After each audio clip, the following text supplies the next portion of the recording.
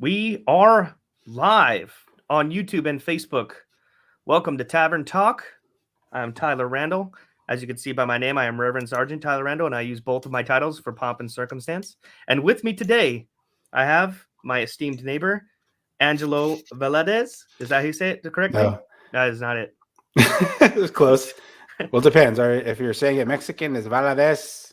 Mm-hmm. If you're white, Valadez, or how you said it. I don't know how you just said it. I think I said Valadez. I don't know. You murdered it. Valadez. Okay, so like down there where you get them burritos. You know what I'm saying? Oh, good, bro. Oh, good. I'm sorry. Oh, good. So today we are going to be talking about in the tavern where we always drink, and I have to show that I drink because we always drink. Just water. Just water with beer alcohol. in it. Yeah. So we're going to be talking about metal, right? So how would you define metal? Oh, geez. How would I define metal? Yeah. Obviously, it's heavy guitar based. Mm-hmm. Oh, geez. I didn't know you were going to ask me that.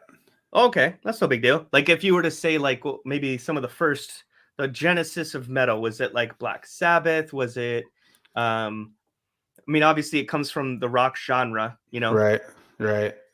Yeah, I would say Black Sabbath. Led Zeppelin is more rock, but that's where the roots come from. More rock. We want to hear distortion, and I think when we get to metal in the 80s, obviously a lot of people like to bag on like, hair metal or even mainstream metal and being, higher pitched vocals and, screaming guitars and long solos and things like that. And for those of you that are watching, and if you do end up watching, we are going to have clips. We finally figured it out. We've been in the lobby for like an hour figuring out how to get the clips on here. So we will have some clips and some examples of some of the types of metal. But before we do, I do have a question. I want to talk about why metal. So, Angelo, I want you to go through how you came to be a metalhead, and then I'll go through it myself. Okay. I like that you didn't tell me that you were going to ask me these questions before. So that's oh shit. Everything's like, no, I'm serious. I like it because I didn't want to know what you were going to ask me. So that's awesome. I would say it has to come from my stepdad that passed away. Rest in peace. He would listen to Motley Crue back when I was a teenager, like young teenager, maybe 12, 13. And that's actually what got me on my path of playing drums. I don't know if you know I play drums, but oh yeah, seeing Tommy Lee play like Wild Side, upside down, like hanging, the whole drum thing goes upside down over the crowd. I was like, oh, dude, that's it. I got to play drums. That's it. You got to see that in concert? No. The music video back on MTV when they play videos. So that's what made me get into metal and playing drums. And I don't know, there was something about metal that just it's something that I feel inside me, and I think that any metalhead just feels that when, like, I don't know, something in you, it just grabs you and it just makes you want to get into it and learn more about it and research it and look for new bands. Just something, I don't know if it's the animalistic thing that's like, oh, you know what I'm saying? I don't know. Yeah. So that's So going back to when I was a kid, Motley Crue. Then my brother got me into Metallica and like the early 90s, like right before the Black Album and stuff. Then I was just looking for heavier, so I heard Pantera, freaking Vulgar Display of Power, and then of course. Then I went back to Cowboys from Hell, and then I was like, oh, they have an earlier album, cool. So, and then Far Beyond Driven came out, and I was like, dude, this is just getting heavier. Far Beyond Driven it's filthy, man. Yeah, it's so dude. Good. Yep. So that's where my early metal roots come from, and it's just gotten heavier from there. So, dude, that's so awesome. What about you? Okay, so mine's a little bit more convoluted. I came to metal like later in my life. So I grew up with my mom, single mom. I have a twin sister, and we were living with our grandparents at the time. Mm-hmm. And I had a clock radio that could pick up, and I know you're from Cali, so you know the reference. Say, it picked up K-Earth 101 and nothing else. Okay. So, K-Earth 101, right. Los Angeles, oldies all the time. You're like, as soon as I did that intro in my head, the very first beat that came in, Temptations. Okay. Sugar Pie Honey Bunch, first thing that came to my head. Then Otis Redding, then Jackie Wilson, then Jackie Wilson, dude. That's my boy. So I'm a huge Motown, older like Chitlin Circuit type guy. Mm-hmm. Growing as a kid, and then I would only listen to what my mom listened to. So my mom's listening to like what would be considered now stadium country, Alan Jackson. She was a big fan of the Who and things like that. So I just kind of just listened to the radio. Huge, and we're gonna talk about this and the influences and where we diverge in our like tastes. Mm-hmm. Boy bands. I love boy bands. I'm a huge Backstreet Boys fan. Backstreet Boys, NSYNC, New Kids on the Block, Five, Wow. O-Town. So as a matter of fact, just the tidbit, when I went and saw the Backstreet Boys for the first time in my life 2 years ago, I was wearing a Slayer baseball jersey. And I was singing along to every song, and all these moms are looking at me like, Oh "Who's my the God. kid in the heavy metal shirt with the knowing all the songs?" So, and then Wow. my friend Cody was a really cool. He was like a cool kid, and I was on a baseball team with him, and I was friends with his dad more than anything. But Cody was such a good like influence on me musically, because I was like, "Hey, Cody, I don't want to be a poser. What should I listen to?" And he's like, "Well, just tell everybody you listen to Slipknot and Korn." And I was like, "Yeah, but I want to listen to it, Yeah. So he gave me my first, Slipknot CD, and I didn't like it the first time I heard it at all. And it was, Slipknot? Wait, which yeah, album? Which album was this by then? the first I want to call it self-titled, but I know it's like 0, 1, 2, 3, 4, 5, 6, 7, 8, 9, 0, whatever it is. It's just the numbers, right? Okay. So it's like the first track is Spit, right? Or the Okay. second track, they have the intro, and then track 2 is Spit. Okay. So that's their first album.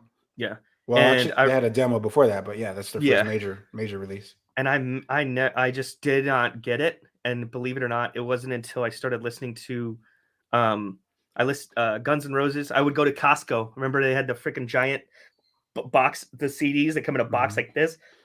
And I got a Guns N' Roses, and I listened to that and then somebody turned me on to The Darkness, and then I found a Smashing Pumpkins CD at the bus stop, and then I was like, okay, this is starting to make sense. This Slipknot's starting to make sense musically, like the way it's composed and put together. Mm-hmm. And then once I gave it a chance and kind of got past the noise of it, I think that's where most people land. They're like where I was when I was 15. Mm-hmm. They don't like the sound, the noise. They think it's aggressive. Right. But once you get past it, and you can actually, when you can start deconstructing it, and not a lot of people know how to do this, isolate a musical instrument. Right. Like when you listen to Slipknot, it's hard to do unless you hear it a bunch of times, Right. because it sounds like a machine that's working backwards. but like when you can isolate Mick's guitar, because Mick, like I think you had mentioned that you don't like it when people just sit around on stage. Now Mick he's just a big dude, and he'll just sit there and but he's like kind of like the bass line of the band, so I don't give him too much shit for that. Right. The rest of the band makes up for it, dude. Like, yeah, everybody else is going crazy. It's so funny that you bring that up, because like Slipknot at the time, I was already into heavy music. I was oh man, I was already maybe 6, 7, 8 years deep into metal. And when Slipknot came out, I remember there was a band. I was actually in the band. I was playing in a band at the time, and one of our friends' bands was next door rehearsing, and we're all on like break rehearsing outside in the parking lot, smoking cigarettes, whatever. And somebody is like, "Oh, check out this band, Slipknot." Literally, there was like 8 of us. We're like, "What the hell is this, dude? This is amazing!" Especially Joey Jordison, dude, on drums. Oh my god, Jesus Christ! And I'm a drummer, dude. So like for me, I was just listening to that. To me, the first thing I listened to is the drums, the beat, just how they play. And to me, it just blew me away, dude. I was like, "What the?" And there's very few times when I listen to music, like bands, that I'm just like, "What is this, dude? I need to know more. What the hell is this?" Slipknot was one of them. First one is Pantera, and then Korn, and then Slipknot. I mean, there's a few others, but Slipknot was one that was just like, "Dude, this is insane. What the hell is this?" So. Never got into Limp Bizkit because I know they were kind of on the like Deftones and all. I was a huge Limp Bizkit fan. I still am. I like Golden Cobra. I still think is super duper underrated. I haven't listened to too much of their newer stuff, or like I would say like the last 2 or 3 albums. But I used to go see them in Hollywood all the time, dude. I saw them open for Primus at the Palladium. It used to be the Palladium. No, it was the Palace. It was the Palace. Okay. But I have seen. Who have I seen at the Palladium? I've seen 311 at the Palladium. I don't remember who else I've seen, but I've seen a lot of shows. But Limp Bizkit, yeah, dude, I was a huge Limp Bizkit fan, dude. I saw them by accident in Deep Ellum in Dallas. There's a you know how like we have East Nashville here in Nashville. Have you been Right. out to? It's like Yeah. the hip part. It's like the getting gentrified. Right. That's that part of Dallas Oh, okay. called Deep Ellum. It's old downtown Dallas, and it's Mm-hmm. just breweries and gastropubs and music venues. And there's a spot called Trees out there, and I walked in, and dude, Fred Durst and freaking what's his like West West Borland came Borland. out, dude, insane, like out of nowhere. Yeah. It's kind of like the time I was at the House of Blues in Anaheim, and freaking it was during a battle of the bands, and I remember the band that won is called Sneaking Seeking, and I hate. The only Sneaking, reason I seeking. remember, the only reason I remember is because it was hard to say, like a sneaking and a sea, like the ocean, Oh, okay. like Sneaking Seeking, Oh, okay. That's and funny, dude. and then out of nowhere, fucking Bruce Willis comes on stage with his band Bruno the Kid, and he starts Okay. playing harmonica, and I was like, and I had taken a girl on a date there, and I was just like, oh, score. I'm like, yeah, Bruce texted me before, whatever. No, I'm joking. But back to the metal part. Like, so what was the first? I mean, what we would consider modern metal? What was their first concert? Okay. First metal concert. Wait, metal concert? Yeah, like just heavy Okay. shit. Pantera, White Zombie, and I Hate God at the Forum. Oh my gosh, Bro.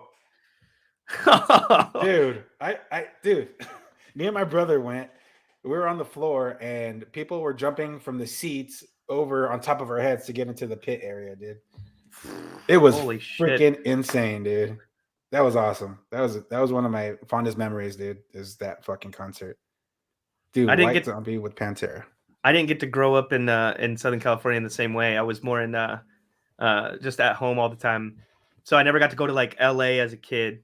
You know, unless I was at a Dodgers game with the Boys and Girls Club, you know. Mm-hmm. But fond memories. But like my first, most of my formative years were spent in Texas. So Static X and a local band called Pitbull Daycare, which those guys were That cool. sounds familiar. And Pitbull Daycare and Kitty. Do you remember The Kitty? all girl band? Yeah, I have a picture with me and my buddy Burns, my buddy Stephen Brown with Kitty. It was freaking awesome. And the original lineup, right? Dude, you want to hear some funny story about Static X? I grew up in Burbank, and they're from Burbank. And I remember I was working in Van Nuys at the time, and I was on my little route. I was delivering like whatever, some air conditioning parts. It was my job at the time. And I remember I was at a red light, and I look over and I see the bass player from Static X. I was like, "What the fuck? It's Tony Campos! Holy shit, dude!" So I pulled over. I was like, "Hey, are you dude from Static X?" He's like, "Yeah, man." I'm like, "Hey, do you need a ride?" He's like, "Oh, I was waiting for the bus." I'm like, "Fuck, I'll take you. Where are you going?" He's like, "Oh, I'm going a couple miles away to my girlfriend's work." I'm like, "Dude, I'll take you. Let's go." So we hopped in my truck. We're freaking talking about music and shit. I'm like, "Dude, this is fucking awesome, dude." So I dropped him off, but it's like, dude, that guy was fucking rad. He's probably like, "Dude, you're cool too." Oh, dude, that would be so freaking cool. Yeah, I met a lot of people over the years, dude. I need to look them up because they're somewhere in my, like, I have a tub with all my pictures, like the old, when you have to get them developed or whatever. Yeah. I had like one of those Kodak cameras, and I jumped up on my buddy. I started crowd surfing and have this awesome picture of Wayne Static playing. And it was at the Sling and Ink tattoo convention, and I got a terrible tattoo on my chest. Really? Oh, it was so bad. I would show you, but I have since had it covered up. Really? That's how bad it was. And by the way, shout out to my buddy Scott. He's my tattoo artist over here.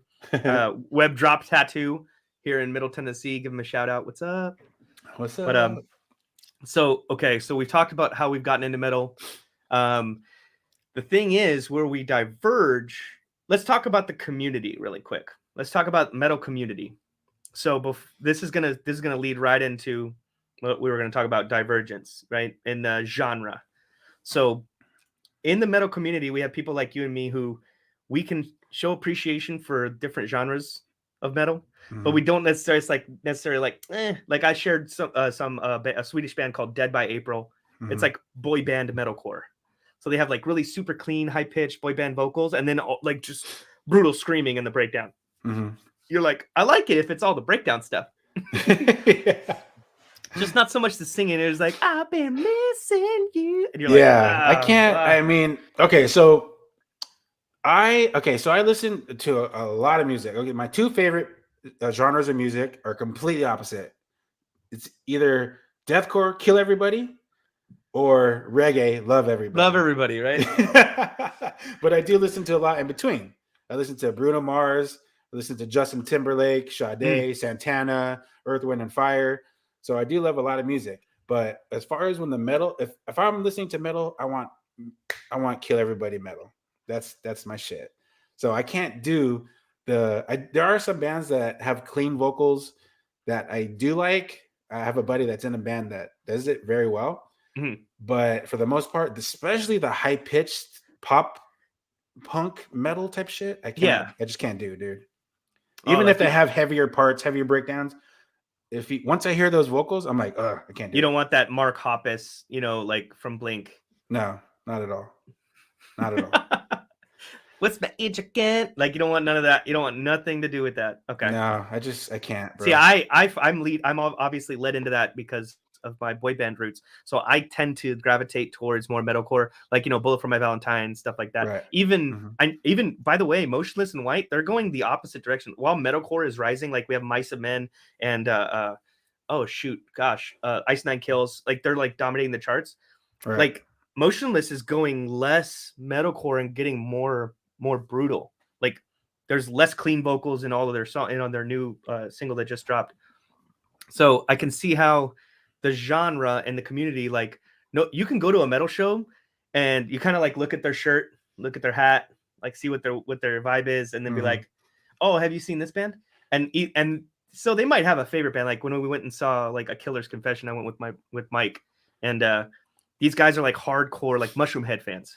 So like, oh no, we've known Waylon since he was in Mushroom Head, and we follow him around, and like they're big Waylon fans. So there's like people that are fans of artists, people that are fans of bands, and then people that are fans of like a sound.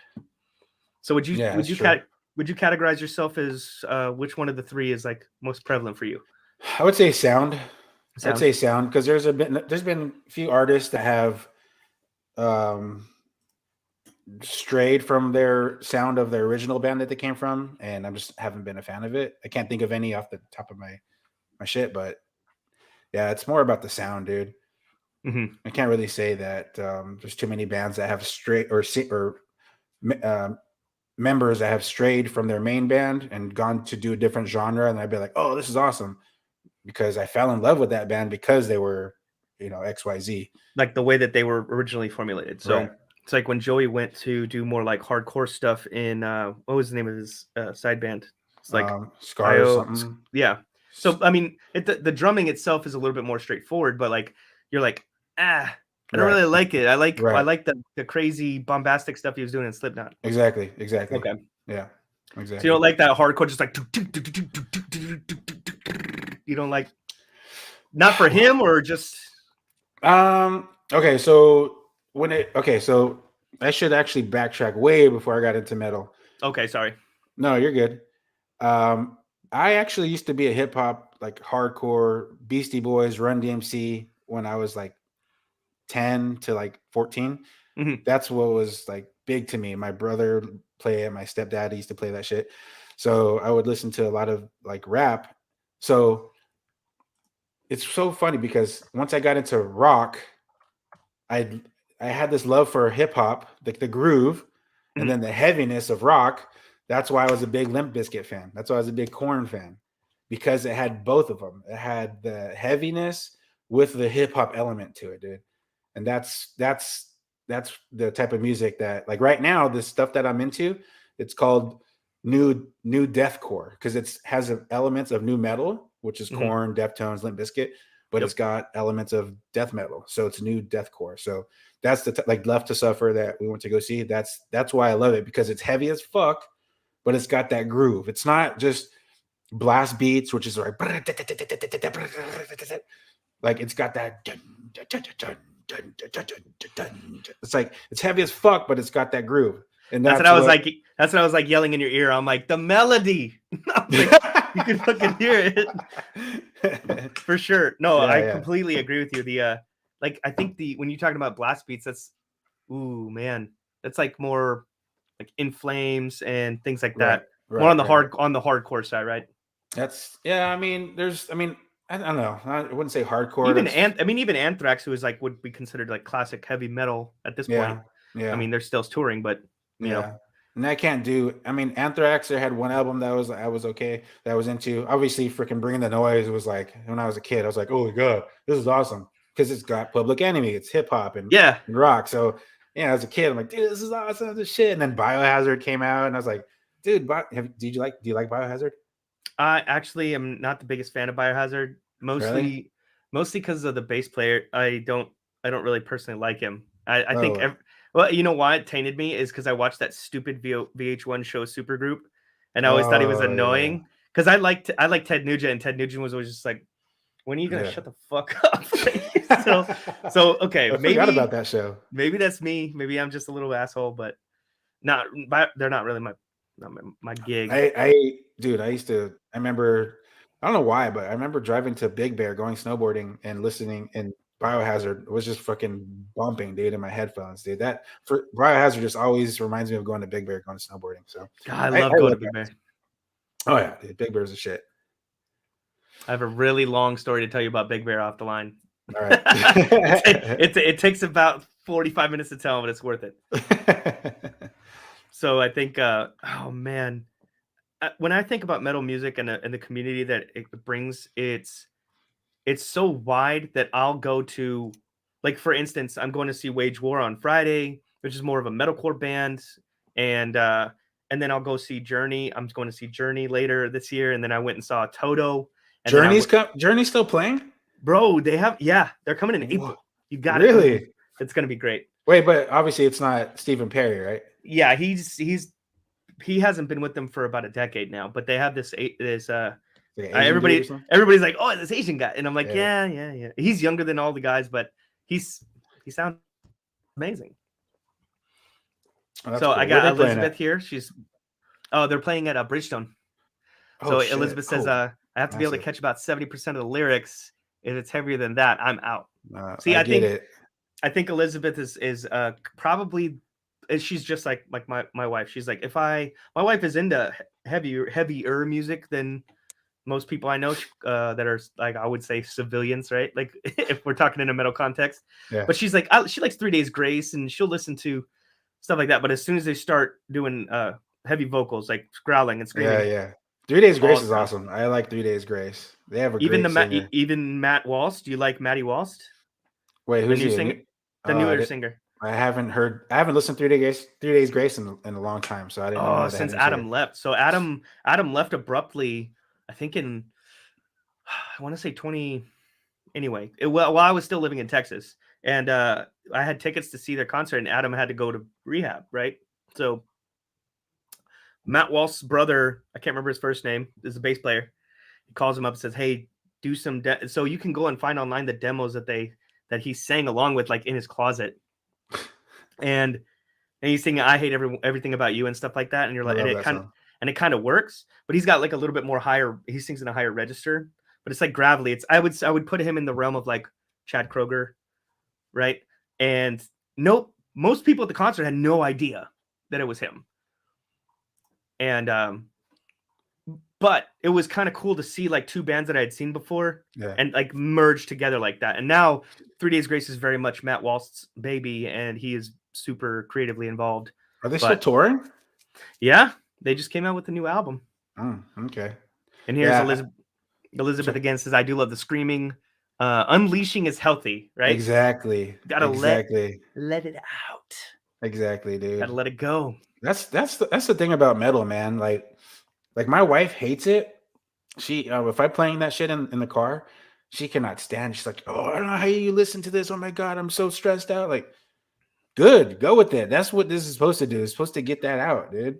So I'm gotten to the point to where I literally could wake up and play just the hardest metal you can imagine, and it's to the point where like I don't get stressed out, but at the same time, there are points during the day, right? If I listen to it, I'm like, oh yes, I love it. Oh, I love it, dude.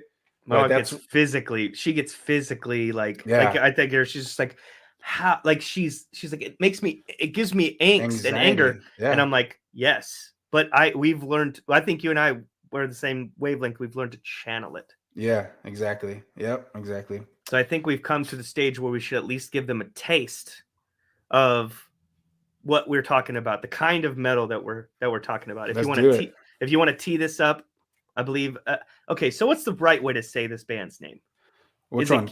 Is it King 8 King? Is it King 810 or King King 810. That's King 810? yeah, that's Okay. how they say it. King 810.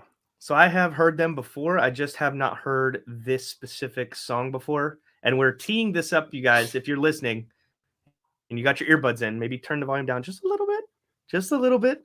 And we So are going to be giving you, okay, tee it up. Sorry. all right, yeah. So these are we picked out, or I picked out songs that have what I would say more of the brutal breakdowns, so to speak. And breakdown is kind of like the climax of the song where everything builds up and this finally getting released into this awesome moment. Super heavy as fuck. Now this particular song, it's funny that I said that because this is actually just the whole song, but it's when the music kicks in, it's just that face melting, make you drop your lip, like fuck yeah. That's this shit. But Without further ado, ladies and gentlemen, I give you King 810. Don't know who I am, and I don't know how I feel. In my head, I got a couple records in me, then I'm killed like I'm Biggie, or I'm Amy, or I'm Janice, if you will.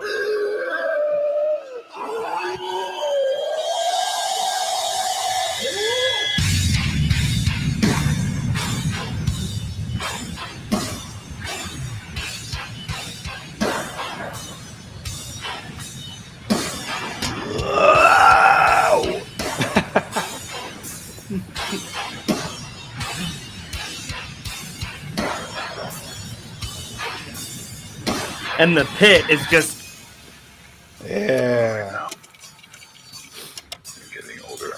that's heavy as fuck. that dude. is super heavy, my friend. Chun, chun, chun, Chun, chun. chun, chun. The friggin' sludgy, Yeah, like hit that the vocals leading up to, like I caught the beat real early, just dun dun dun dun dun. yeah, But the vocals leading up to that were so tense, yep, just like so filled with the how do you say it, tension. yep. Mm-hmm. Oh my gosh!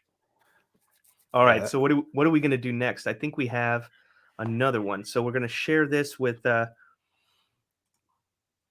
right, so we're removed. We're gonna share. See, okay, so if you think I'm just gonna narrate, I'm just narrating the things that I'm doing because I'm still new to this and I can't do. It's like it's like reading while moving your lips, right? Oh, cool! I can just pick the one that I want. That's awesome. So here we go. Okay, so this band Johnny Booth, are they kind of in the same realm as King A10? No, they're a little bit more on the metalcore side, not as down tuned and heavy. Okay. Yeah, I So think they're from New York. All right. So when we say metalcore, I think, what do you think is a good middle of the road metalcore band that you would say? I would probably say Avenged Sevenfold. Really, in metalcore? Yeah, Wow. because they do have a lot of that noodling. They're doing the sweeps and all the guitar noodling stuff, but they do have some heavier stuff. Maybe they're a little softer than metalcore. I don't know. Then they also have like those Guns N' Roses ballads type songs. Yeah, it's hard to pigeonhole them, right? Because like when people say butt rock, I want to make it very clear. People say butt rock, they mean music that's played on a radio station where it's like they play nothing but rock, right? So a lot of people take offense and go, "Oh, butt rock, that's not good." So I would say metalcore wise, if I had to pick one, I'd probably pick Bullet for My Valentine. Okay, that makes sense. I think that's like when people say, "Oh," when I ask people, "Do you like reggae?" They're like, "Oh yeah, I like Bob Marley." It's the same thing with metal. Do you like metal? Yeah. Oh yeah, I like Bullet for My of course, Valentine. yeah. I love it. Have you heard their newest thing that they've come out with. All right, dude. Once I heard the few clips that I have over the years, I just can't get into it. So if you want to show me something, show it. Like when you do like Hand of Blood, it's like so I think. So here's the thing, dude. It might be that I'm biased because I'm a drummer, but there's a lot of metalcore that's very guitar driven and guitar based because they do a lot of, like I said, like the noodling and the solos and stuff. I'm not about that. I'm about the heavy shit. I'm about the groove. And I know that metalcore does have some groove, but a lot of it has to do with solos and guitars, strumming and noodling and all that shit. And that's not my thing. So that's where we differ, and it's all right, dude. It's all good. So I think I'm going to share with you and the rest of the audience. I'm going to share with you guys what I would consider probably the most middle of the road, easiest to identify metalcore. Okay. Based on the type of drumming, the type of guitar noodling you're talking about, and then also the vocals. Okay. So this is their newest release. It's called Knives. Okay. And without further ado, here we go. Ado.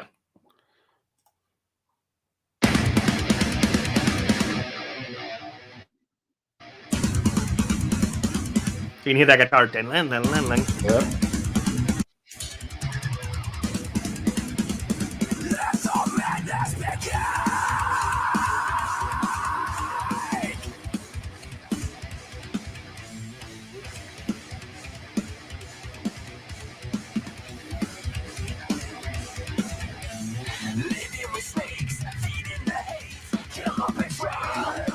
And then it kind of follows that.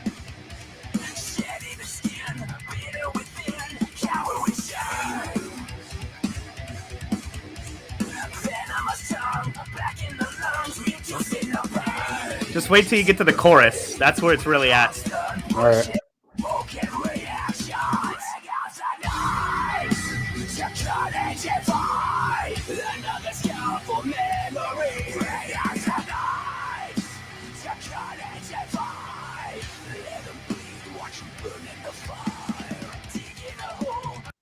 So that's about how it goes. Just da na na na na na, and just keeps going the same. And then of course the breakdown is, it's not. See, I think the difference is in metalcore, the breakdown's not as satisfying. Maybe. I mean, can you get to the breakdown so I can hear what it sounds like? I mean, I'm pretty sure it probably sounds almost as similar as like the shit that I listen to.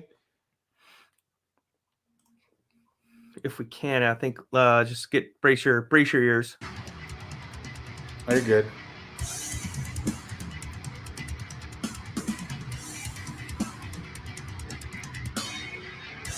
But it's like pretty generic, right?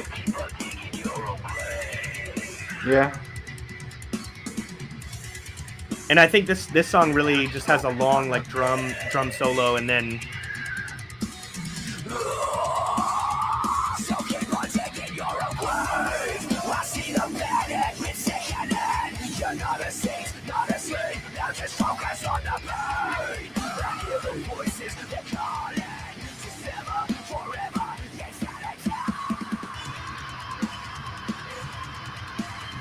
it just kicks back into break out the knives to cut and divide. So in my eyes, I think there's less to go on. Like we just listened to King 810 and how absolutely it takes over the breakdown takes over the whole song. Right. In Bullet for My Valentine's, Knives, it kind of just is a continuation, right? Or they noodle for a second and come right back to it. There's no deviation from the beat. The drumming, like the click track is just identical, right? Yeah. I think that might be my biggest criticism. I think you're kind of opening my eyes to a way. So is a lot of like metalcore bands that you listen to, or are they along the same lines? Because that's exactly what I was thinking in my head. Like it doesn't really sound too much different than the rest of the song. Yeah, pretty much. Yeah. Okay. Yeah, almost exactly. Okay. So now we're gonna get into Johnny Booth. Johnny Booth. So what kind of band would you say this is? I guess you would clump them in the metalcore as well. Yeah, I can't really say they're deathcore. Some of their songs are very hectic and literally are like the soundtrack to an anxiety attack, dude. The soundtrack to an anxiety attack. Yeah. All right. So we're about to hit the breakdown here. Is that where you've teed us up? Yeah. All right, so let's get It's not. I wouldn't say it's like brutal or super duper heavy, but it's very. It's got that groove, and this song, this breakdown, it makes me want to throw up. Like just the sound, it's very nauseating, and I love it. Okay, so this is something that's going to be extremely new to me, and once again, I haven't heard this, so we're all hearing it at the same time. Johnny Booth, Left Hand Assurance, coming up. Discourse runs deep in me. She breaks her teeth on dreams and concrete, dragging oil beneath her feet.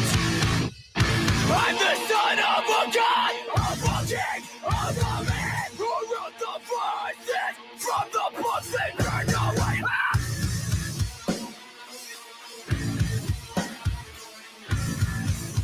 Oh, I know what you mean.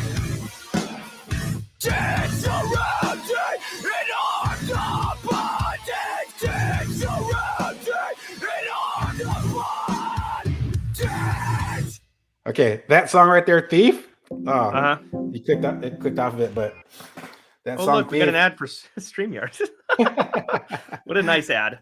So yeah, that song is like if you're stuck in a fucked up dream, you're spinning around, you don't know where the hell you're at. That's like the soundtrack for that. But that other song, Thief, that they just showed a little ad for, that's the soundtrack to a freaking anxiety attack. Thief is by the same band. Oh, dude, throw it on real quick. Yeah, I'll throw it on. I mean, I have so now that we've kind of cracked the egg here, like we can figure this out. So Thief by what was the name of the band? Johnny Booth. Oh, the same band. Okay. Mm-hmm.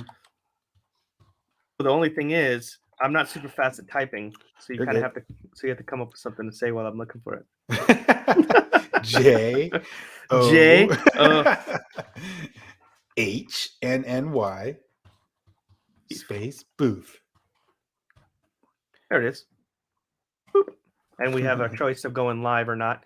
I don't think we're going to take the live one. Oh man, even the video kind of looks a little. Yeah. So where should I start the video from? From the beginning, dude. You'll hit. Where do you want me to start? From the beginning? Yep. Oh, good. Yeah. So I'm gonna kill that. You don't have to play the whole song. You'll get the gist of it within like 20 seconds. Oh yeah. Because even the the thumbnail, he was like he was falling backwards. You know what I mean? Yeah. It's nuts. Here we go. He's on the train. We're sharing this right now. You can see it? Okay, good. As long as you can see it. Yep. I can see and it. We are live with it.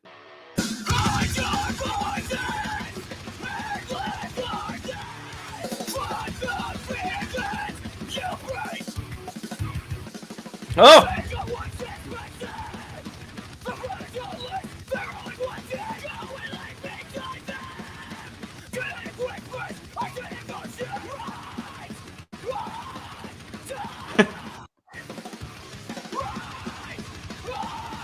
Oh my God, dude!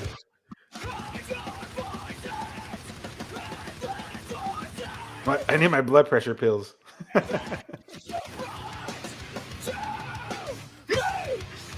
Oh, finally, let's up. Yep.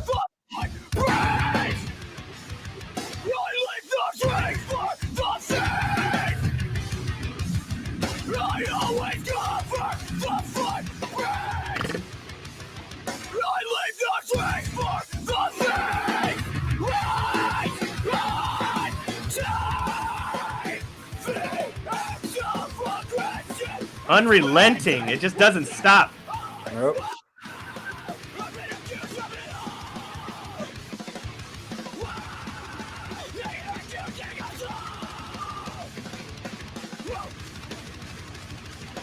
Yeah. Just when you think it's gonna slow down, it doesn't. I want to come from nothing, live with nothing, breathe on nothing. Come from nothing, live with nothing, breathe on nothing. Think like what will be for the best intended. When after all the definition takes the shape of what's to come. The gun, the kill, the run inside of your home. White circles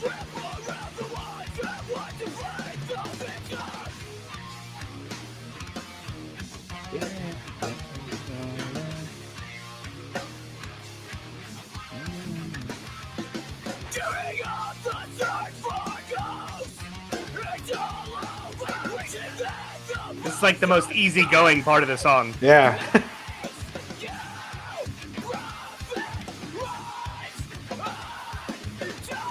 Ah.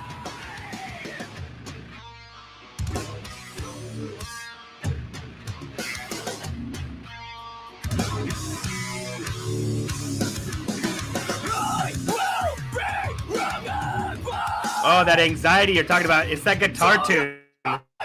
Yeah. Dirty. Yeah.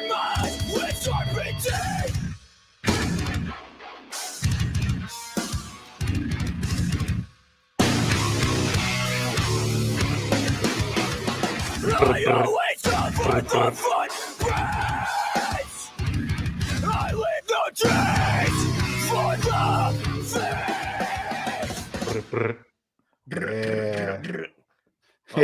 goodness, dude! I didn't even plan on watching that whole thing, but I tell you what, man, that was, whew. Dude, they have some great songs, dude. They have some great songs. You got to check them out, dude. Dang, what's up, Sebastian? How you doing, bro? I used to work with him in the oil field. It's good to see you, Right. my friend. I see you golfing all the time, dude. I see you. I wish I could go golfing with you. Dude, that song legitimately grabs you from the very beginning and just drags you. Like the music video, I think this is what's cool about music. My wife grew up not listening to music video or watching music videos, I should say. So when like a Wham music video would come on or some shit, I'd be like, oh yeah, you've never seen this? And she's like, no, I'd never watched music videos. I'm like, what? What Like, the hell? even old 80s stuff, like I've seen all the music videos. So like I've seen all of the I think like Flock of Seagulls and what's the name? Duran Duran, like Rio and Hungry Like the Wolf. I've seen all those music Wow. videos, Yeah, you know, yeah. and she's never. So even like last Christmas, like when this year the fucking the Whamageddon came out. It's like last Christmas. I'm like, oh wait for the girl, she's gonna make that stupid face, and she's like, what? And I'm like, wait, just wait for it. Just wait for it. She's never seen it. Sebastian says, whenever you're down in San Anto, let me know. I will, dude. If I ever am, I'm definitely I'll put the blast out because I know there's a bunch of people that I really love to see down there. And dude, especially if we can get on the JW course, I would love to play there. Didn't you just go to Texas recently? I did. I went to my cousin's house outside Houston for Thanksgiving. Oh, It's okay. like 14-hour drive. It's Oh, about nice. the same. It's about the same to San Antonio, honestly, because it's two different highways that go like this. Do you like driving or no? I used to drive all the time, so I'm totally used to it. Yeah, I love driving, dude. That's where I like get all my music in, dude. I love driving. Oh yeah, or audiobooks for me Yeah. too. Man, that one honestly, the way that the music video worked in that, it really sold the tension too, because like every other scene, there's like a person's popping up out of the freaking, or like a hand coming out. You're like, hey, whoa, machale. Yeah. That's one of those bands, dude, that I found in my little like YouTube rabbit hole just late at night, just searching for music, and just came up. I was like, wow, what the heck is this, dude? So They're like Rise Against if they were heavier. yeah, there you go, dude. Perfect, dude. That's great. Freaking exactly, dude. I'm Rise trying. Against is awesome.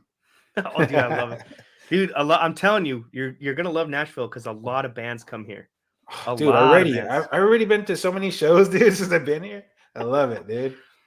I think a lot of bands don't like going through LA because, like, LA, dude, the crowds are so whack because there's just so many bands coming through there. It's like, oh, cool, yeah. Oh yeah, here. That's they awesome. love coming here. Like, let's okay. So as a palate cleanser, really quick, Okay.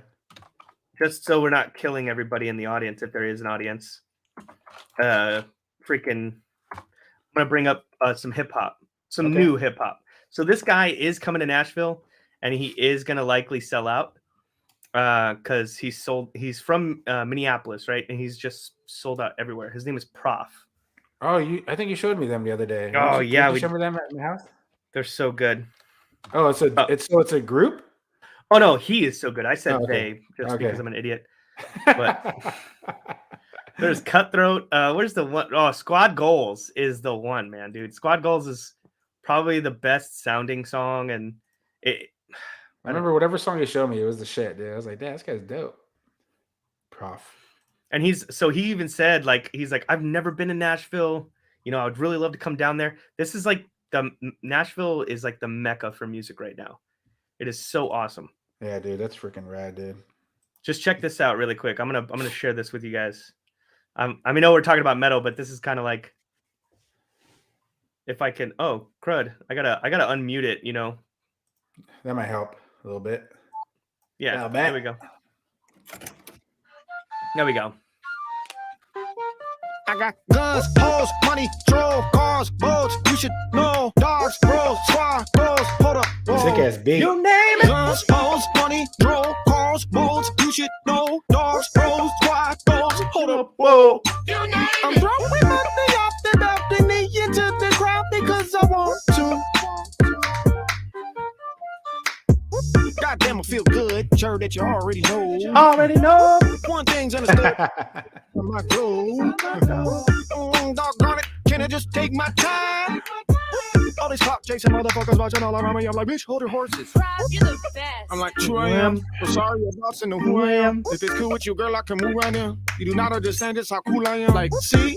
Look at me. Look at me. I'm on the beach. Don't try to holler, cause I'm out of reach. I got no service. I'm out on the keys. Look up a women. My daughter's in me. About to go swimming, thank God I'm a G. One shot for me. Ooh, baby, that's para ti. Let's skinny dip in the sea. It's para ti. I'm sorry. I will keep going. It's para ti. Dude, every song is like that. It's like it's a little bit tongue in cheek, but it's also just like a really funny story. Like if you get with his rhythm, you can kind of pick up the story. And I would use that as an example because it's kind of like an offbeat. It's like an offbeat hip hop song, right? So, and when you listen to hardcore, you kind of have to understand how that offbeat, sound works.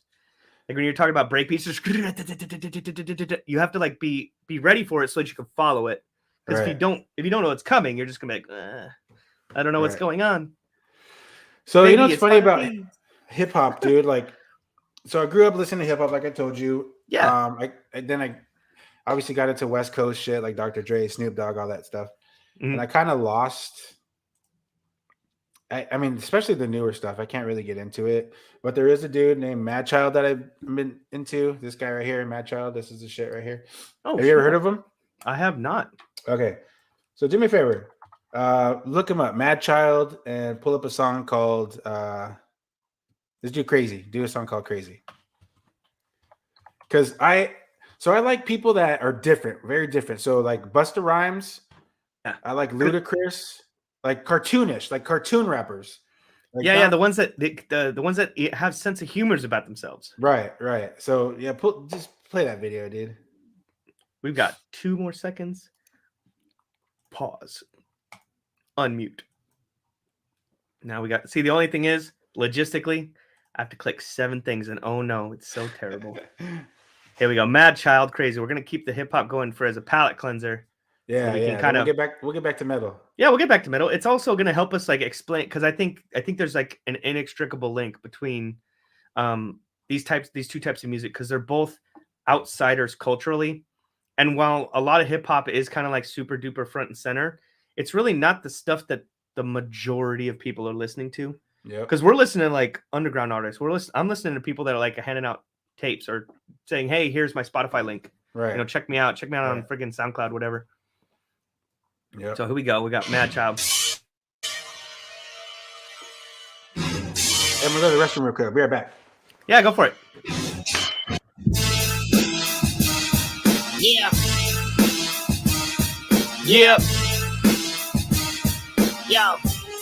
Yo. Okay, sick of gay habits. Now I ping like I'm Ricochet Rabbit.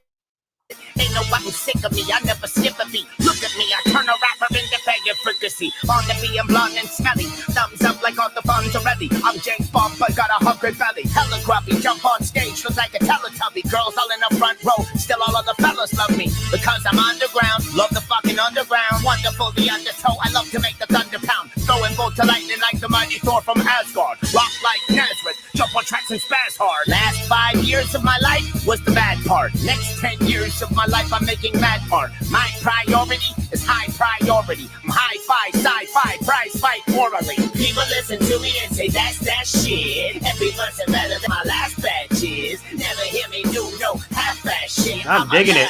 Fat cat, mad bat shit. I'm not hard to figure out. You can read me like a leaflet. A hyperactive beatnik with psychiatric treatment. I don't care if it is forever or only briefly. Every rapper in the world is going to be beneath me.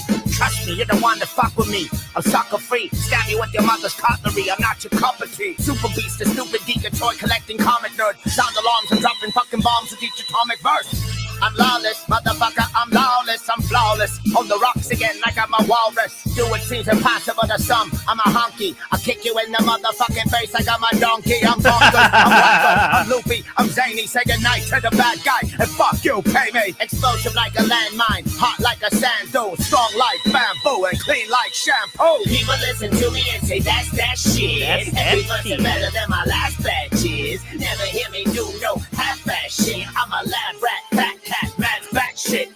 Crazy. Motherfucker, I am. You crazy. Motherfucker, I am. You crazy. Tell these docs that I'm.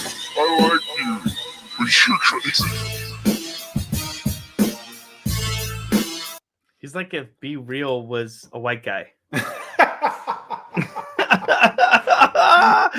I mean, kind of, right? Like, I mean, this is kind of his flow, right? Yeah. He's, you know what? I don't want to drag Be Real down because his flow is a lot more, like, if there was a word for like a thesaurus, like Be Real will pull words and turn and just flip it. And by the way, this guy Mad Child, honestly, is I would listen to that. I would listen to that.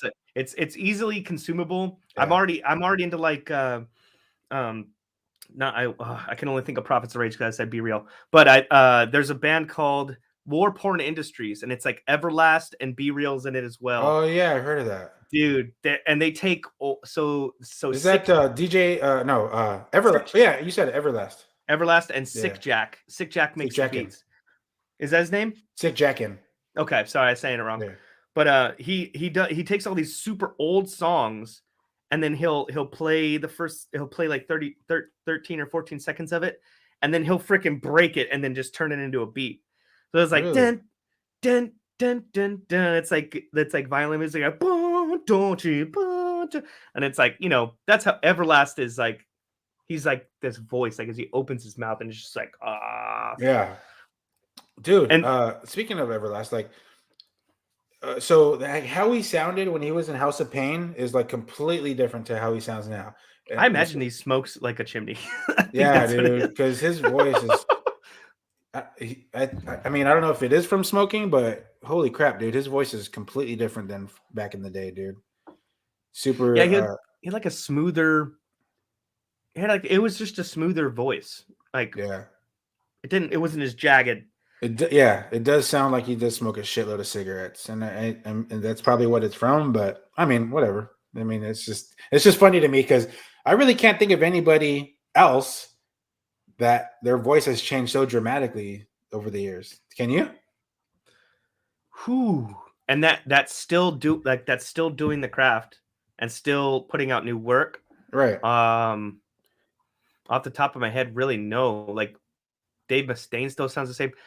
I mean, even when when they drop an octave, and that's the thing about metal is they sound the same forever because screaming, you don't have to worry about dropping octaves. Like, even that's probably a good thing. Yeah. I mean, unless you're, by the way, and this is a good corollary, and Phil Anselmo, we started out as like a hair metal guy, freaking hitting the super duper high screams, and then now he's more well known for, obviously, like Cowboys from Hell and stuff. Like, just, dude, their song was in a Carl's Jr. commercial, bro.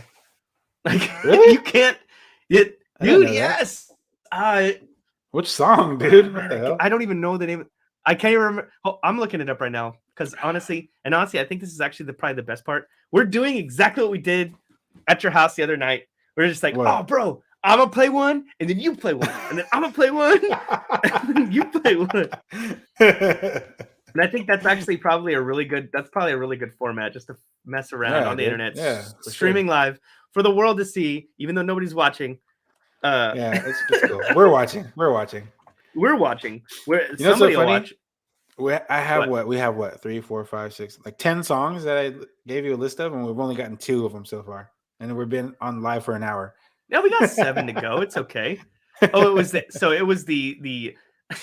Steakhouse Thick Burger commercial. What? Yeah. I can't remember. You're gonna have to tell me as soon as it plays. Okay. And it's coming up right now. All right. Bam. I'm gonna share the screen. Chrome tab. Carl's Got Jr. Steakhouse. some trivia going on over here. Oh yeah, Pantera trivia. Play. Ooh, blue cheese. I like it. I like it. There it is. I'm broken. Broken. There we go. 100% Black Angus beef. What the hell? I never knew this, dude. Blue cheese. A1 steak sauce. All the flavors of a great steakhouse. Now What on the burger. hell? Introducing I never the knew this, Steakhouse dude. Steak Burger, only at Hardee's and Carl's Jr. Eat like How- you mean it. Hey, How if it doesn't how- if it doesn't get all over the place, it doesn't belong in your face. It's been a minute. How It's old been is a while. that shit? Sorry. how old is that, dude? Shoot, I have no idea. It's got to be like. It was back when I was still living in freaking California, so it was really like a long time ago. Wow. And you know how they do that too with the burgers? They have everything on fishing wire, and then they cut them all at the same time because there's like rules on how you can film commercials with food. Like it actually has to be one that was made there or whatever. So they just have everything like perfect sitting on fishing wires, and then they cut them all at the same time, and all the burger stuff comes together, and they film it in slow motion. So that Really? it's like, I didn't it's know kinda that. cool.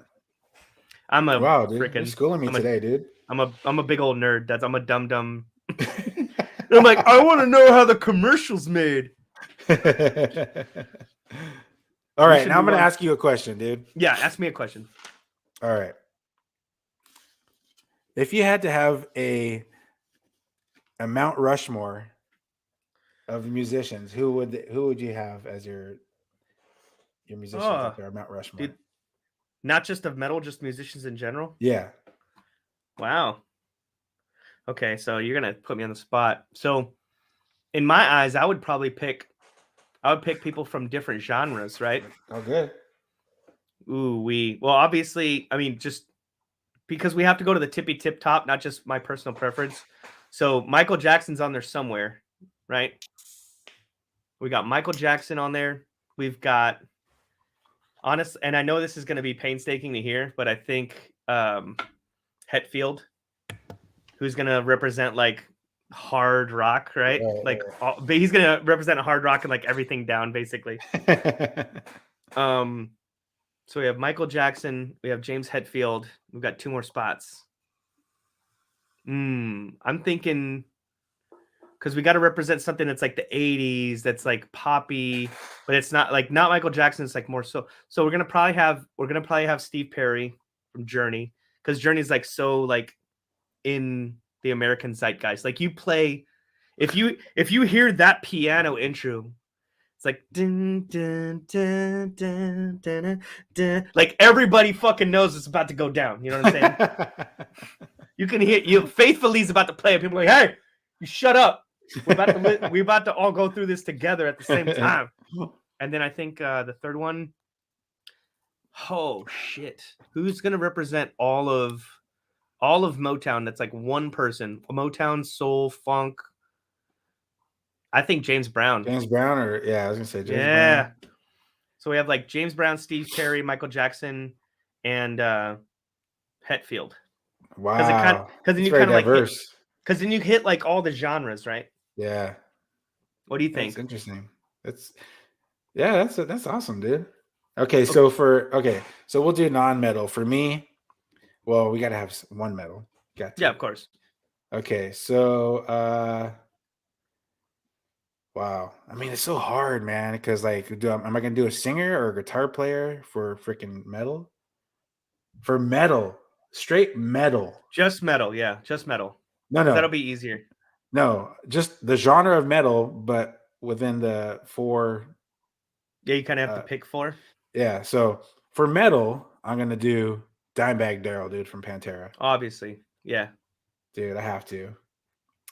All right. For pop, I would agree with you on the Michael Jackson. Michael Jackson's a badass. I know he Bad motherfucker. Raped or didn't rape kids. I don't know, but There's a lot of evidence that he didn't. Honestly, there's a lot of evidence that he did not. So, and hot take. I'm sorry.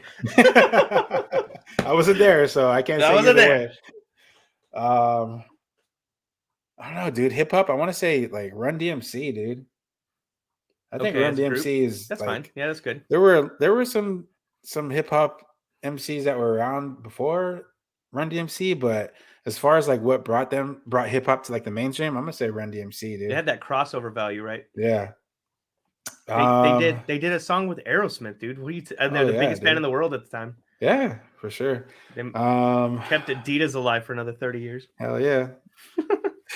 Shout out Corn. Fuck, what would the last one be? It's funny, I asked these questions. I didn't even think about to answer them myself. So Dimebag, Run DMC, Michael Jackson, who's in that 4th spot.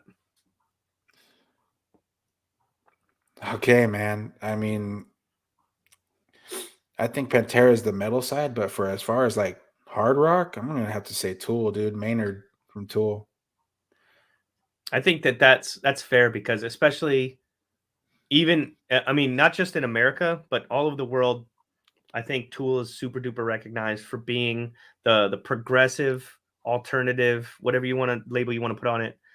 They're the prog element to music, and people look forward to that because they're like, okay, these guys are going to push the envelope, and we know what Maynard's about, and let's see what direction they go in because only they could dare to do that without being like masturbatory. Like they're not just sitting there like, and only like a dude that's a guitar nerd is going to understand any of it. Maynard will take it like, and his voice is haunting and kind of, and like when you were talking about anxious, having angst, like it kind of takes you. Who are you to wave your finger? And you're like, oh shit, you know it's coming. But but the progressive side of it is what I really really liked about Tool. Tool and 9 Inch Nails, in that I think occupy that genre really well, where they're gonna add a track. It's almost like they're a DJ, and it's like and then you can and then the freaking toms come in, and then I know the piece is fit, and then the guitar will come in and down, and then they crescendo, and you're like, wow! And after the end, you're like, oh, it's been 6 minutes. It's been 6 minutes. But it fucking works. But it works. You know what I mean? Dude, Tool songs are just like literally they're like a trip, bro. I remember one time, me and my brother we were painting my house that I used to have. We partook. I don't know the past. Whatever. It's partaked. Partaked in the devil's lettuce.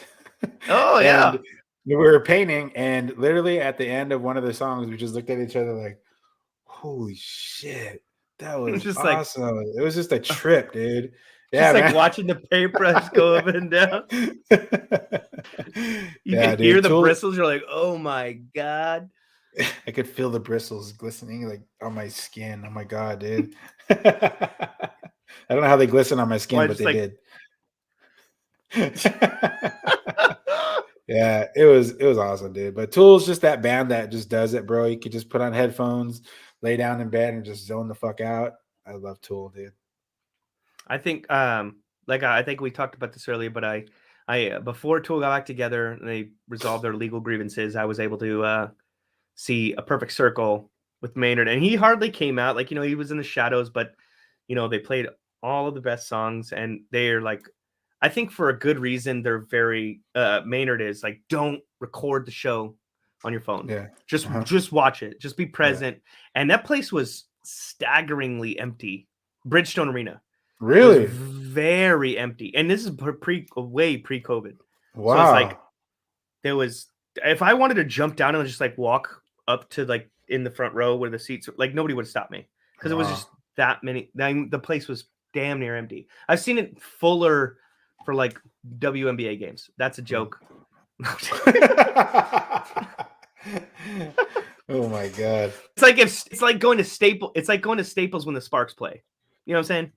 Yeah. Like there's nobody there. You're like, oh, the coaches. Sorry. I had to get my Lisa Leslie dig in because she is a fan of the show, obviously. She's making money by running ads on my show because that's how shitty WNBA is. That's how much I give a shit. Sorry. I hate the WNBA so much. Do you? So, yeah. All right, what do we got next? What's the next song? Oh, okay. I think we have a Brand of Silence. Oh no, Brand of Sacrifice. Sacrifice, excuse me, because I didn't read the whole thing. I just read the first part.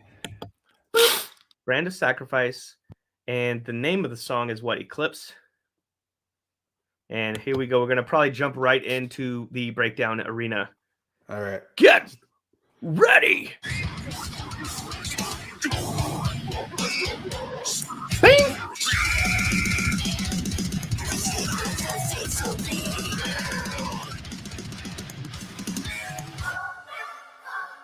Ooh.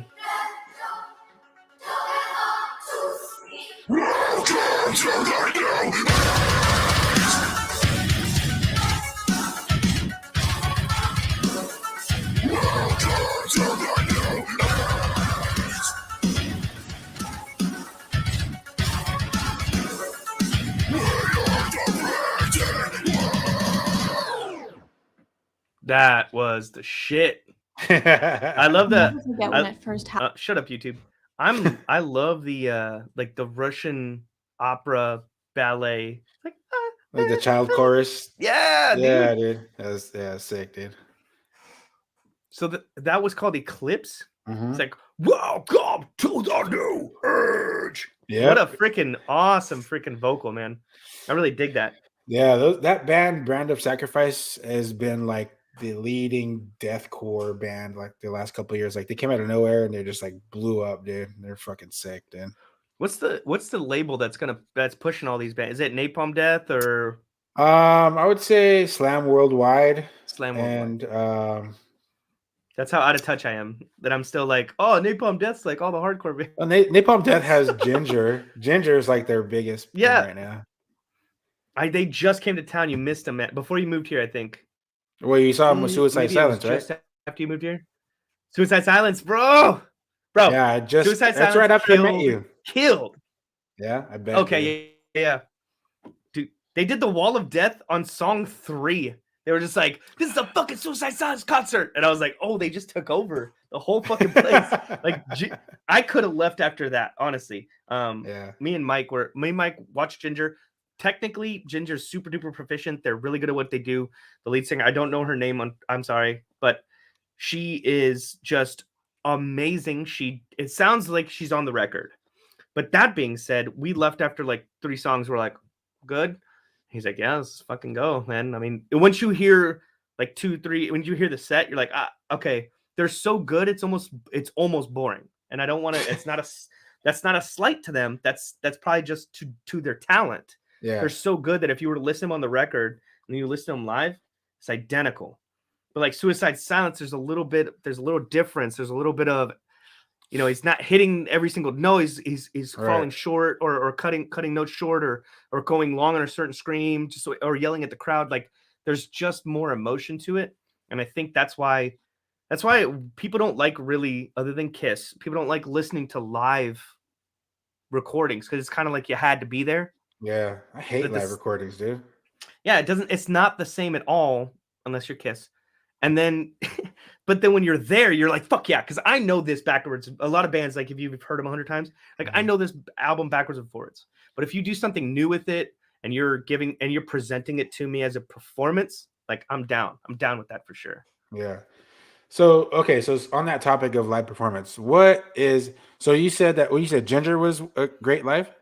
Yeah, they're super technically proficient. Okay, so who's the worst live band you've seen?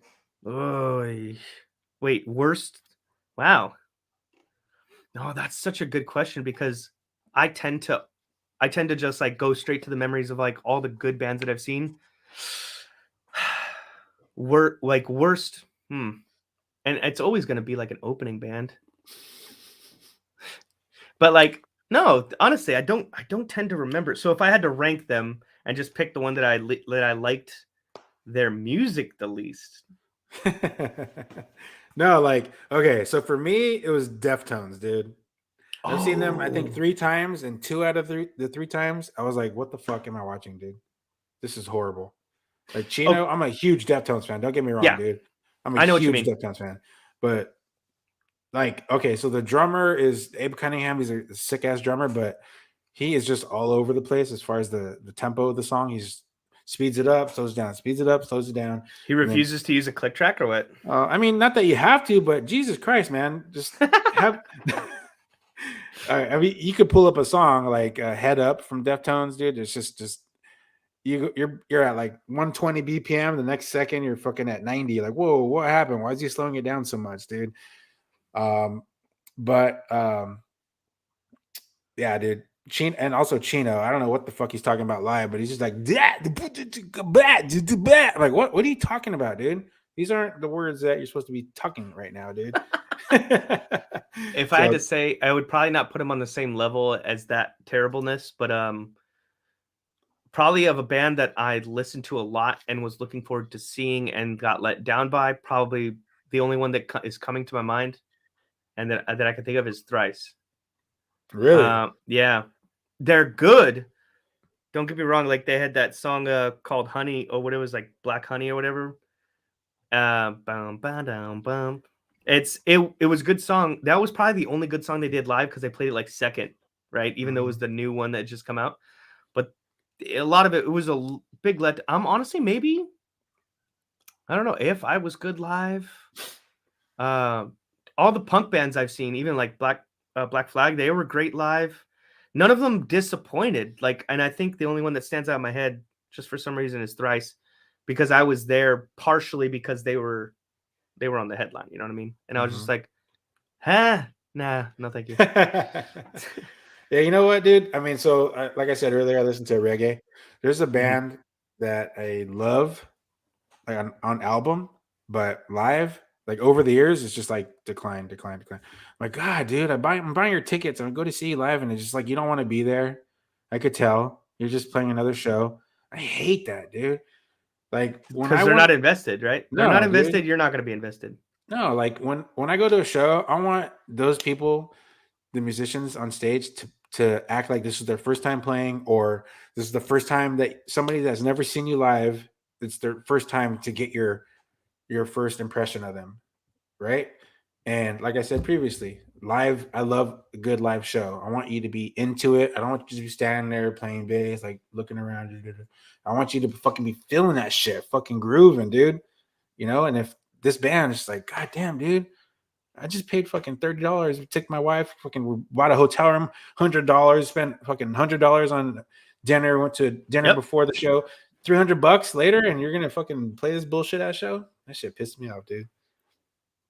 And that's, I think, where it goes. Like, say what you will about ska bands, they fucking put out. Like Real Big Fish, they be putting out, dude. They know what's up. Fucking Cherry Poppin' Daddies never disappoints. Okay, so on the topic of ska, do you like the band called The Urge? I have not heard them, no sir. Bro, The Urge is the shit. Isn't that kind of funny? Like I brought up a band and you were like, what was it, Expendables? You're like, oh, they fucking suck. And I was like, what? What? I hate the Expendables, dude. I was like, I'm burning up. Yeah, dude, their singer, I can't do the singer, dude. The music's okay. Like, as you're far from as Santa Cruz. Instrumentation, but the vocals, can't do it. I do like, I mean, I like that they're, because I brought this up. I think we both were commiserated about this. We brought up Expendables and then immediately transitioned into like 12-Foot Ninja. Oh yeah, it's like because there's like an amalgamation of two things going on at the same time. Right. Like you listen to Burn It Up and they had that freaking awesome guitar solo, and then they clumsily kind of and they go back into like the SoCal ska vibe. It's Right. like, okay, I get that part, but 12-Foot Ninja really perfects that, and Islander, and that's what I think that's where we went. We went straight from Expendables to Islander, and how Islander is like supreme, and they kind of got screwed. I mean, Islander, to me, they're like super underground, and I did not think that you would know who they were, dude.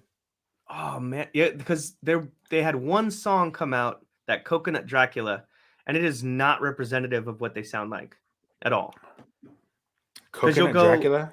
Yeah, Coconut Dracula, like it's kitschy, and it was on Octane of all places. Okay. And then I went to an I Prevail concert in San Antonio before they blew up. Like they were still playing like 150 capacity fucking clubs, and right before they're like doing stadiums, and Islander opens up for them, and I'm going nuts because they're kicking ass, and they don't even play Coconut Dracula, their song that's number 1 on Octane. They're not fucking playing it.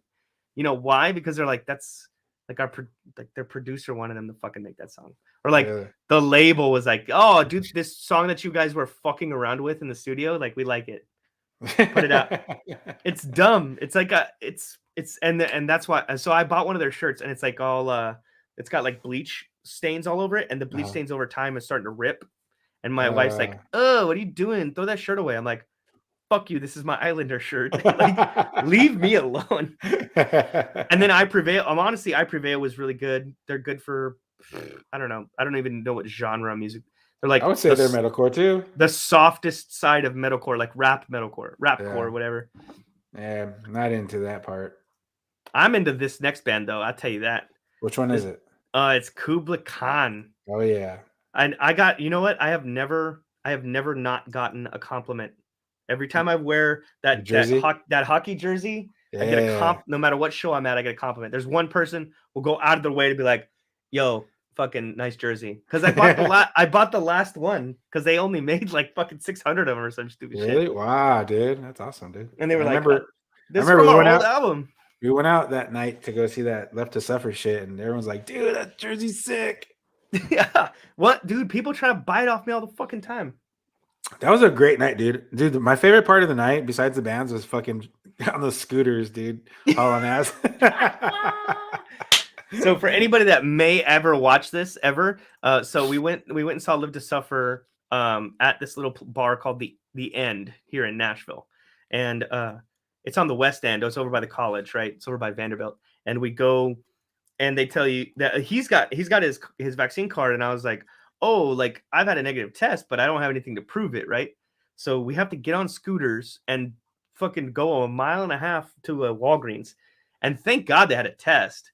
And I took the test, it was negative, and then some kid was sitting on the front steps of a hospital, and he was trying to get a test, and they wouldn't give it to him because he's just a kid, trying to get a fucking test.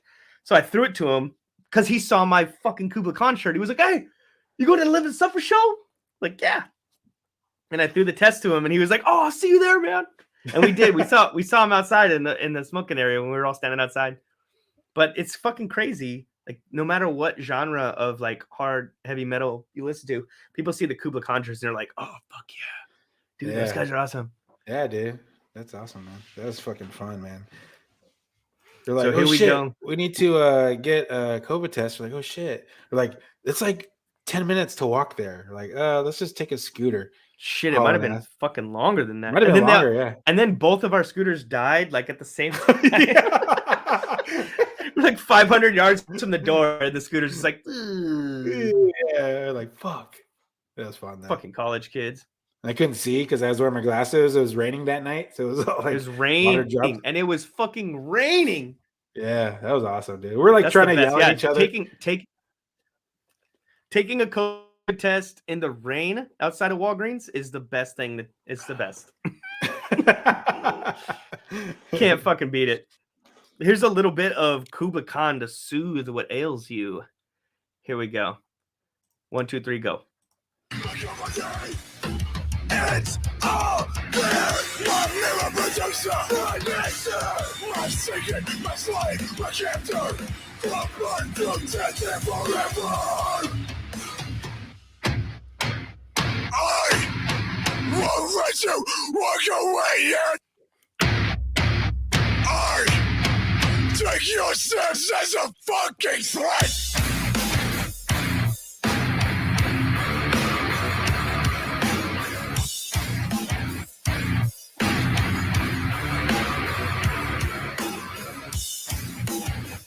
It's the melody for me.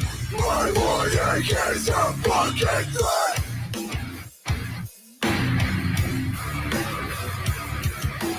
Playing sensing as I envision the abyss of crafting. Don't come back here. Turn away knowing I can't go near. Memorize this. And the place is not still; it's moving. Everybody's moving. Oh yeah.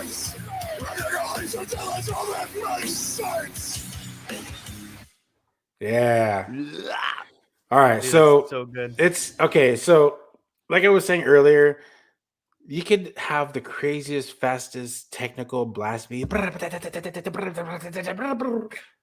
don't want that. I like it, but the shit that gets me is the groove. It's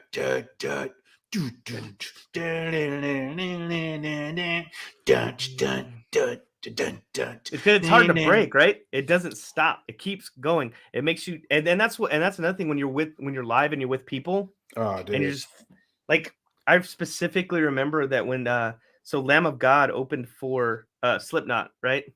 It was Motionless, Lamb of God, Slipknot. Well, Lamb of God played such an amazing show. The whole crowd, and it's the Circuit of the Americas. It's where they do Formula One racing, right? And we're out there in this giant, huge, freaking open air, and everybody's just doing this, like elbow to elbow, shoulder to shoulder. The whole crowd is just doing this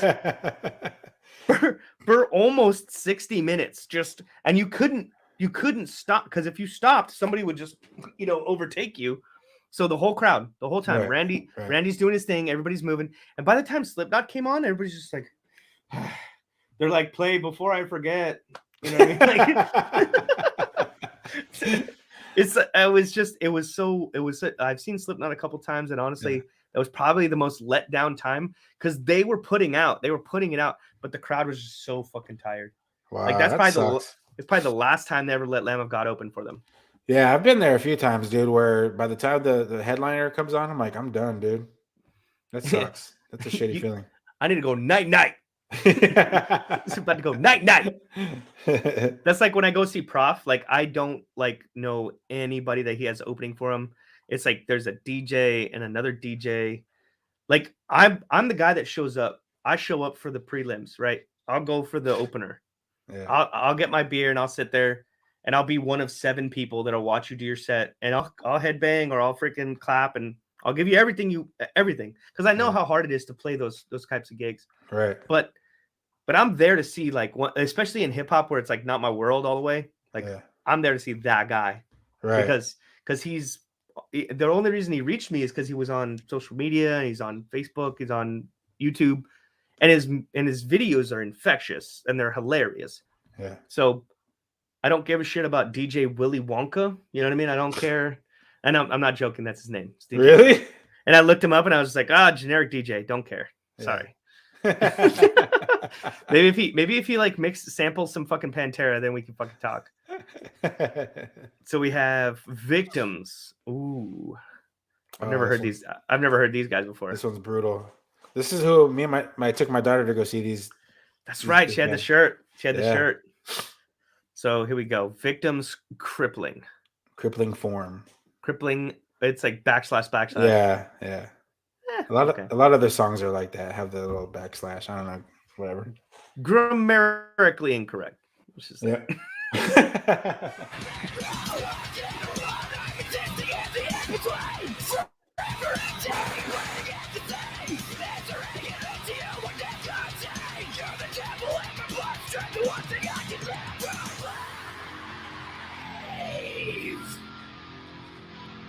Wait for it. Uh-oh. Wait for it. Drop your lip.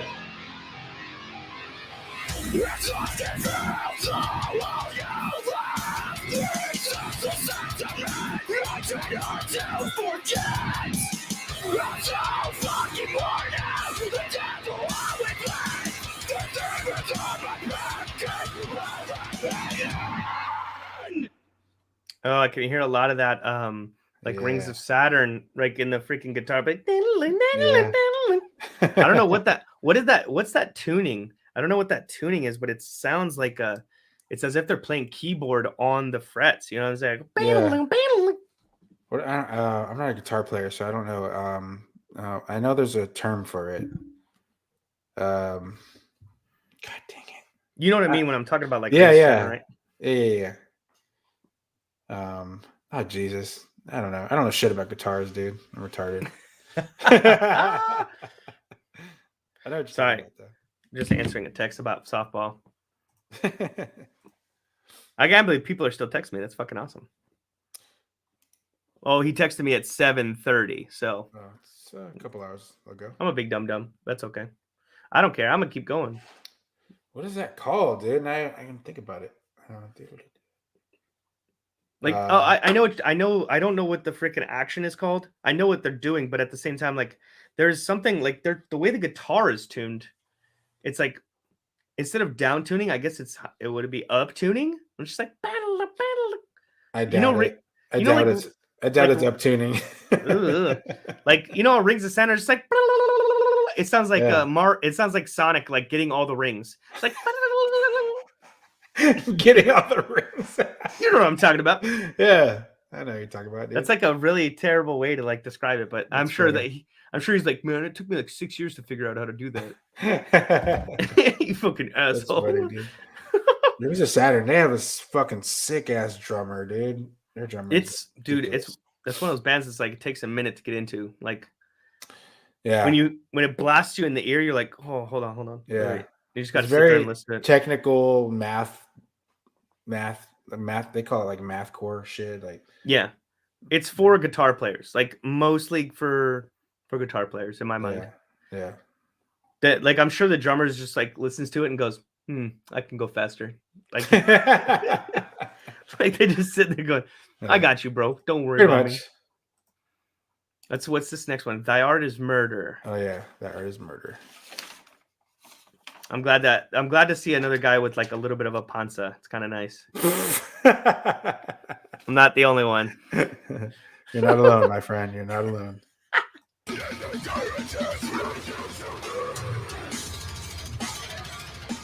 Dude, the drummer is so skinny.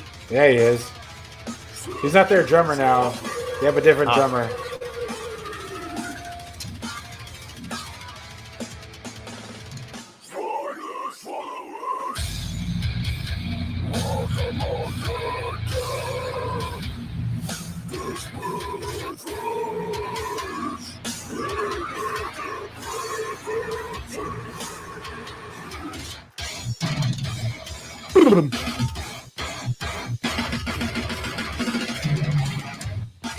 That was it, but they do go into it like a little Pantera part right here.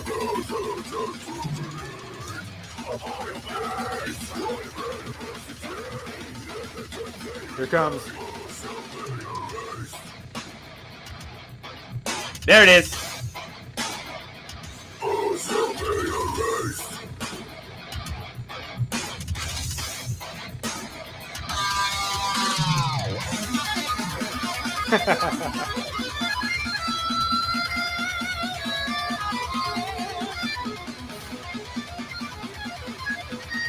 Yeah.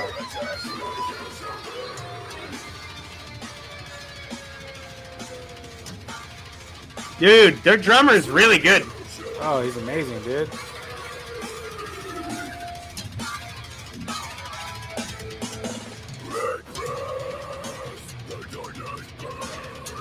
That's what I like.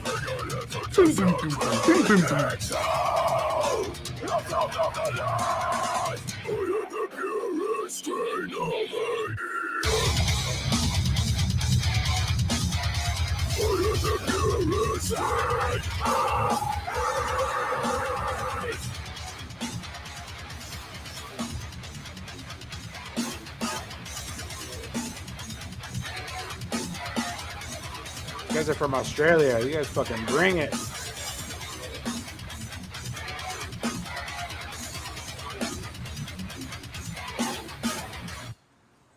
Yeah. Hell yeah. Dude, Australia, they have some amazing bands coming out from Australia, dude. I don't know Other what the than- fuck's going on over there, but Like holy Parkway shit. Drive, right? I don't listen to Parkway Drive because they're a little bit more on the metalcore side. Mm. I But have a yeah, couple good songs. They're not my favorite, but I mean, it's good to see that that down south they're having a good revolution of music, even if it's a little later in life. But they tend to maybe they're perfecting it. I don't know, not sure either. dude. No. Technically, that was some of the best. Like that drummer was blowing me away by the virtuoso of styles that he was fitting into one song. Like he's got like that cool like Gemini syndrome, just like all tribal, and then it'll just break it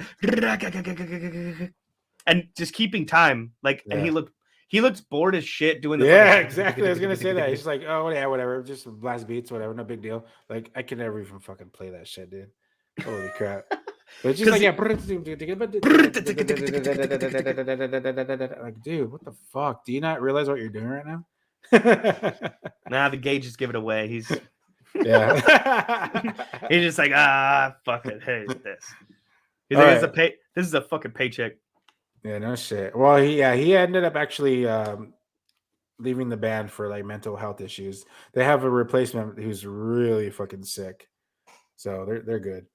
Well, I hope he's doing okay. Yeah, me too, dude. All right, so the next question, and then we'll get back to music. Oh yeah. What is your favorite drunken, loud singing song? When you're with your homies and you're drunk as fuck, what's the one song that you're like, play that shit? I want to sing that shit super loud. Ooh wee.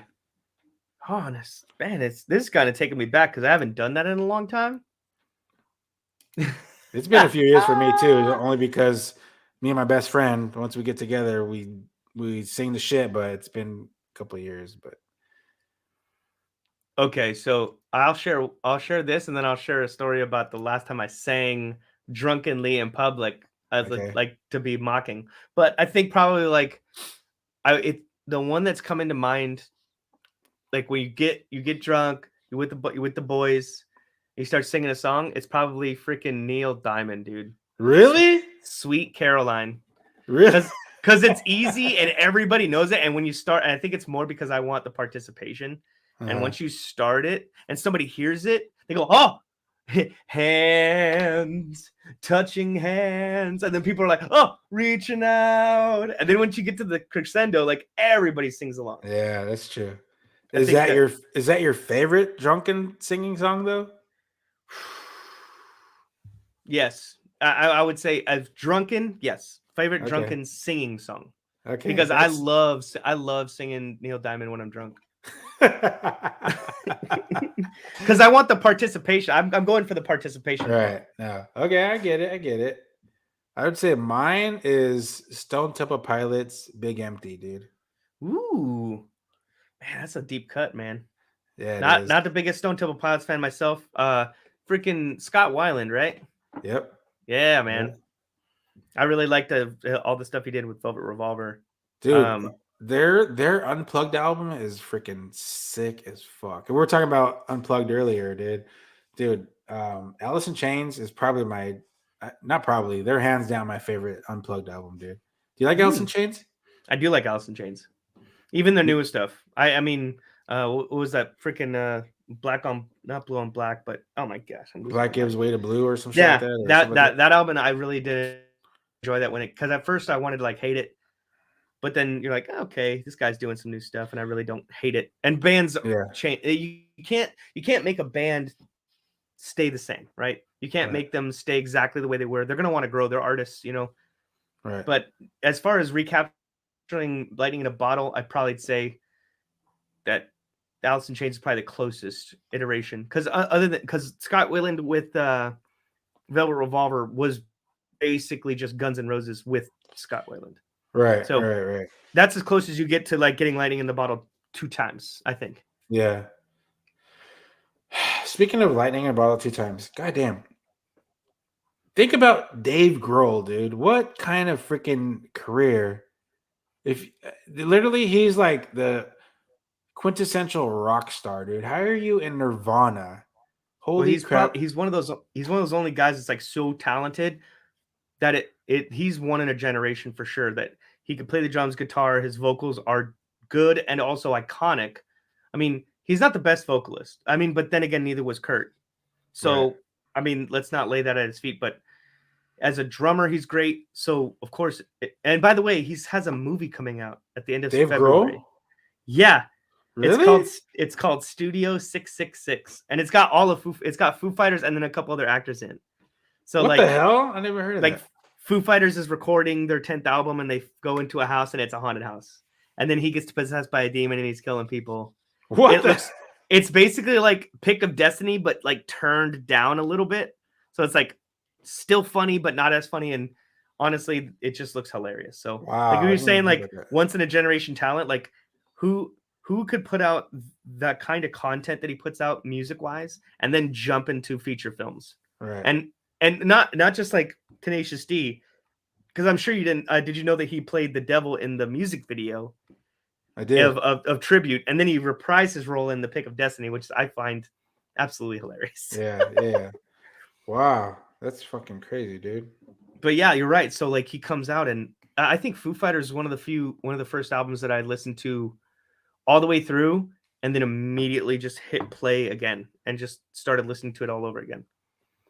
It was when they had freaking I can't remember the names of all the songs. What's the one is like There Goes My Hero and freaking Runaway or whatever it's called. It's like I'm a one-win runaway. Na, na, na, na, na, na, na. I don't know all the names. Me either, but just the career of like that's literally like to think about being in Nirvana, one of the biggest freaking bands in the world. You would think after Kurt Cobain offed himself, that's it. You can't be in another big rock band, and here comes Dave Grohl, dude. Well, that was the thing. He already had started his side project while they were still big. Yeah. He recorded his demos, and Kurt liked some of his songs and actually wanted to record some of them. So it kind of makes sense. It kind of makes sense, like the kind of aloof nature of the songs, because that's kind of like where Kurt was at the time. So when like you said, when Kurt did die, he was just like, "Fuck it, I'm just gonna go for it." And from the get go, the first 3 songs, just like boom, boom, boom. Yep. And then the next album, Monkey Wrench comes out, and it's like, oh man, this fucking kind of got some punk vibes going on right here. This is pretty good. And then by the time like I can, what's that? Hero comes out, it's like biggest band in the world, can't stop, won't stop. And I think, oh dude, freaking Rope. When that song came out, I was just like, dude, how are they still doing it? How are they still fucking making good?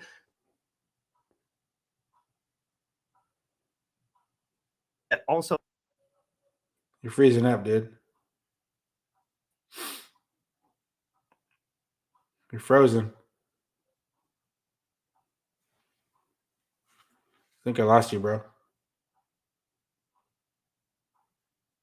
We got lost, bro. There we go. Yeah, there you are. There we go. Yep, we're good. I got so hyped. That the internet went out, bro. Sorry about that. Yeah, you're good.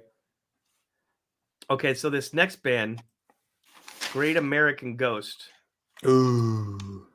So we're going to see them, and I haven't heard them yet. You ever heard any of their songs yet?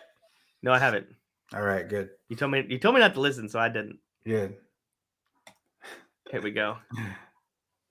And we're gonna make them big so that everybody can see it. And yay! We said die for it, then the rain. There is no escape. Pour into this prison of hate.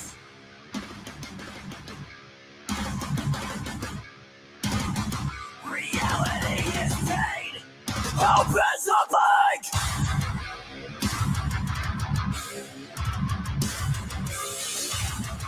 oh, hit the Chinas. Yeah. We are dead and alive, trapped inside our cursed existence. I like the dual vocals there. Yeah. That's something that a lot of bands don't do very well, or they don't know how to harmonize with clean vocals and with screaming. True.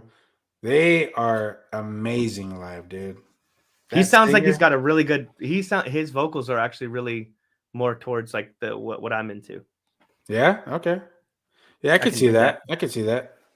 I love it when they hit the Chinas, just like, they're like, yeah, that's how you know it's going down. That's my favorite symbol as a drummer. The China is the shit, dude. Because it breaks. It kind of breaks a groove for sure, and it's more. It can be used like as a segue or an exclamation point. Oh yeah, I would say more as an exclamation point. Just like, and then like, or my favorite use of the China is the fucking. and you're just like, oh, you're like, it's coming. I know. Yeah. I can't. Yeah, yeah. I don't know when it's coming, but it's coming. And it starts Oh, getting yeah. slower That's the oh shit moment. Like, oh shit, it's coming. when the wall's waiting and they're waiting. Uh-huh. Oh fuck yeah, dude. Hell yeah, dude. I've never heard this other band either. And And I've never heard of End before. yeah.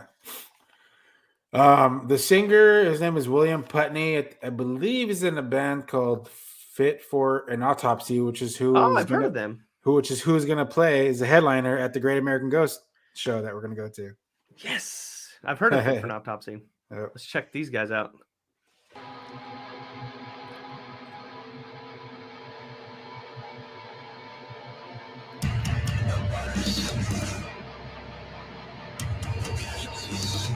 Distortion.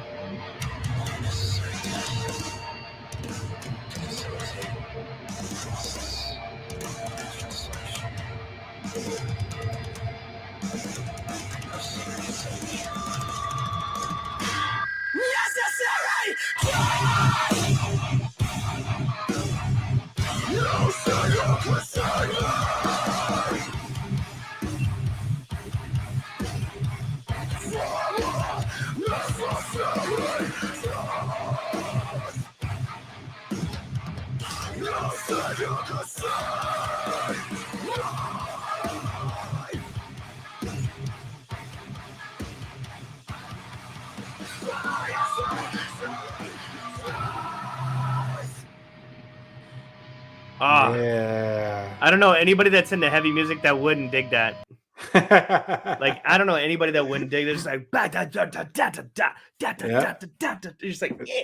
It's very simple. It's very simple, but just heavy and brutal as fuck, dude. I was a little discouraged when I heard the distortion on the mic. I was like, Really? I'm like, oh, is he one of those guys? It's like, so it's like, and like, are you? And because it makes me think like he doesn't got the chops, and then he comes out of it, and you're like, oh, okay. Kind of like have you ever heard of Fever 333? Yeah. It's kind of like that. Like he uses a lot of distortion, kind of like he fancies himself. Like I don't know the lead singer's name, but from like Rage, and Zach. yeah, Zach the other worker. So he's like, there's a little distortion in the beginning, but then when he gets going, you're like, oh, okay, Yeah. he's got chops. He's just using it as a device. Gotcha. Okay. Yeah. It's like a tool in his arsenal. Yeah. Or like if somebody uses the megaphone, it's like, okay, it's 3 songs now. Yeah. Put the fucking megaphone down. The only time I want to see it is if it's like Coal Chamber. And he's like, oh, yeah. be loco. Dude, I used to be the biggest fucking Coal Chamber fan, dude. Those music videos creep me out as a kid. The little fucking ice cream truck or whatever. I saw Coal Chamber with Limp Bizkit and Seven Dust, dude. At the fucking at the same venue that I was talking about earlier. The Palace in Hollywood. Not the Palladium, but the Palace. Not the Palladium. Palace is smaller than Palladium. That was a great fucking show. Dude, that's such a good lineup because that's 3 definitive genres of music. Yeah. Like I don't think I would even put Seven Dust in the same category as nu metal, really.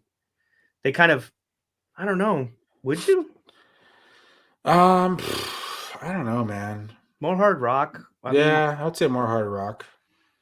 But that I love how I don't want to say out of sync, but how I guess non-traditional Seven Dusts their guitar and drum melodies are from the vocal melodies.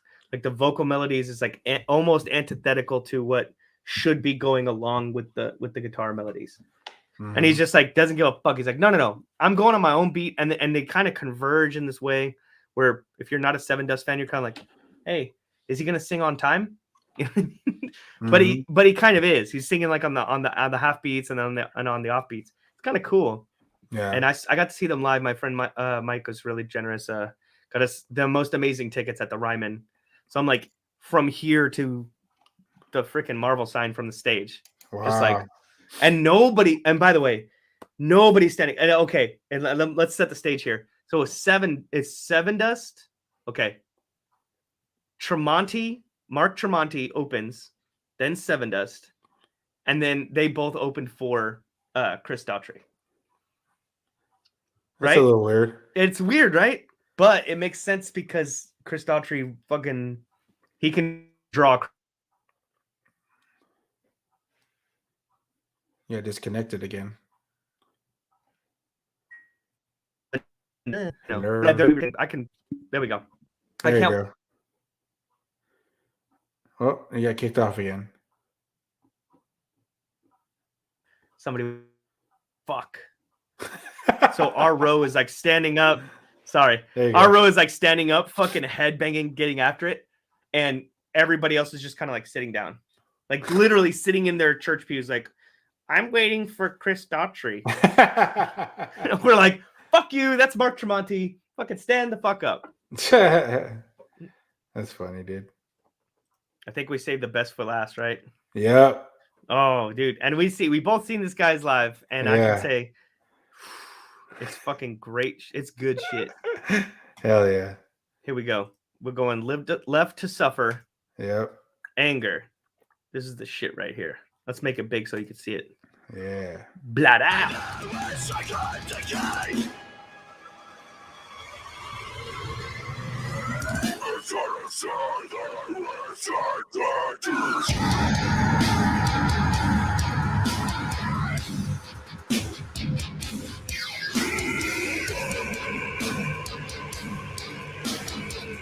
His voice. Yeah, you know what, dude? Let's watch the whole song. We're watching the whole because that got me so fucking hyped. Yeah, we gotta watch the whole motherfucker. Yeah, how deep he gets.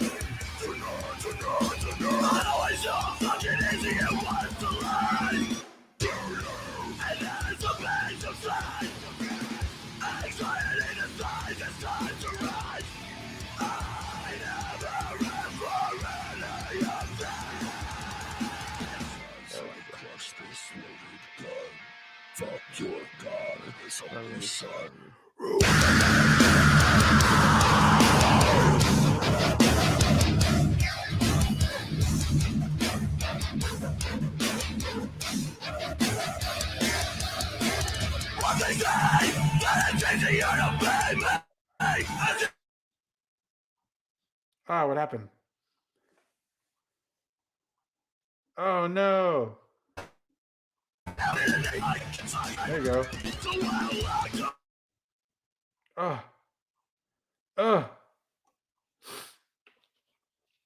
What the frick?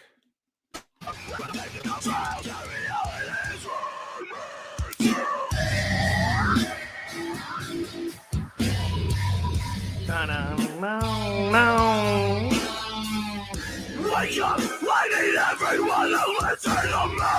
Don't let your feelings be unfulfilled! Open your fucking eyes! I hear the voices! They tell me how when I speak! They always saw me! And made me feel so weak! Locked in a region of my mind! I'm missing myself slowly, listening to the fucking person! I won't deny myself destructive ways! Trying to save it with second decay! I'm trying to say that I wish I could teach.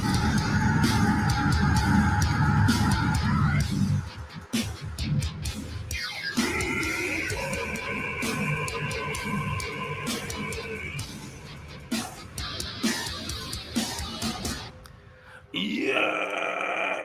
I wish I could hit that because that's freaking shit. That's the shit, man. Hell yeah. Like that pig scooter's like, Yeah, dude, that shit is sick as fuck, dude. And honestly, every time I hear that breakdown, it makes me want. I can hear it in my head, and he doesn't do it. He doesn't do the fucking ting. Like I'm waiting for the ting. You know what I mean? I'm waiting for it. Da, da, da, da, da, da, da. I'm waiting. Ting. I want to hear it so bad. I love those tings. Yeah. You know what it reminds me of? That reminds me of Upon a Burning Body for sure. Yeah, really? I don't know, man. These guys are a little bit heavier. Well, no, they're a little bit heavier, but I mean the groove. Yeah, and I just pulled up the very first one I found. Like honestly, this is the first one that shows up on YouTube. I don't even know if this is. I don't even know if I've heard this one or not. Let's check this out. It's called what? Extermination? I can't read it. I like Southern Hostility. Southern Hostility is the one album. Like when I met what's his name? Is it Danny Leal? I think it's something Leal. Name? Yeah. Okay. He's fucking small, dude. He's like my height. He's like he looks little. He's tiny, and but he's like skinny jacked. And when I saw him, I was like, dude, that voice comes out of that, and he looked a little like offended because I was I'd been drinking. I'm like, holy shit, that voice comes out of that little body. That's awesome, man. He's like, just take the picture, bro. And I was like, all right, okay. I was like, come on, I'm around him. And he smiled big, but at the same time, he was just kind of like, man, motherfucker, what are you saying? Because we're in San Antonio, fucking. Yeah. Isn't that where they're from, right? Yeah, that's their hometown. They take it fucking serious, Let's see what they have to say.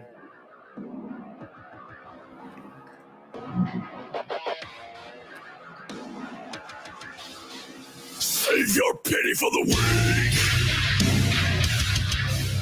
It's the groove. Yep.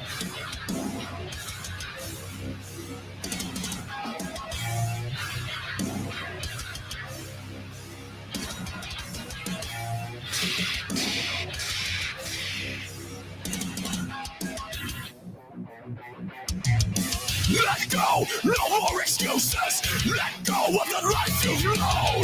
Listen to your intuition. Don't let fear control. Let go of the life you've known. Don't let fear control.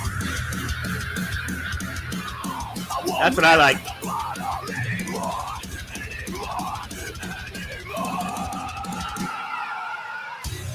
Destroy the weak. Yeah. Be on top of the world. Extermination. That's like straight Pantera style right there. So let me tell you, you can't break what you didn't build. You don't own anything still. Face your fears and reap the reward. Nothing in life worth having comes easy. So let go of the life you've known.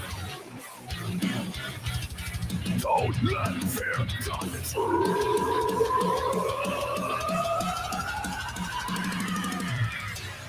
Destroy the weak.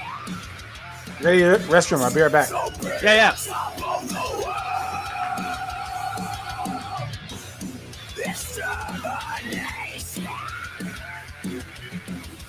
Taking over the world.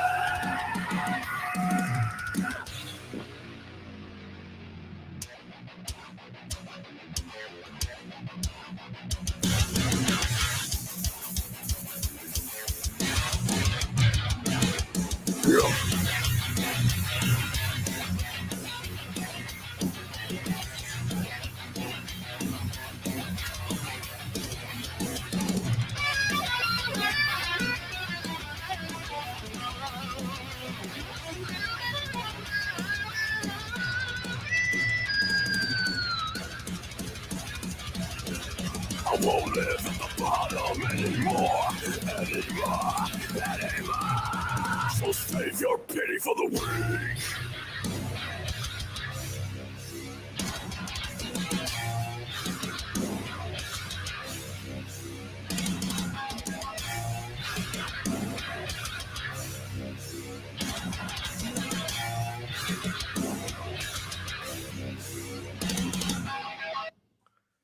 Yeah.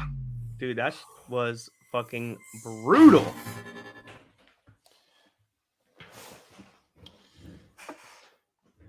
Yeah, That buddy. was pretty freaking good, man. I've never heard that song before, and honestly, it kind of hits all the bases, right? Yeah. It's like the kind of heavier metalcore side. I personally love it when they go from when low to high, when they've got the high squeal in the middle. Just yeah. It's like All right. So I know you're obviously more metalcore than deathcore.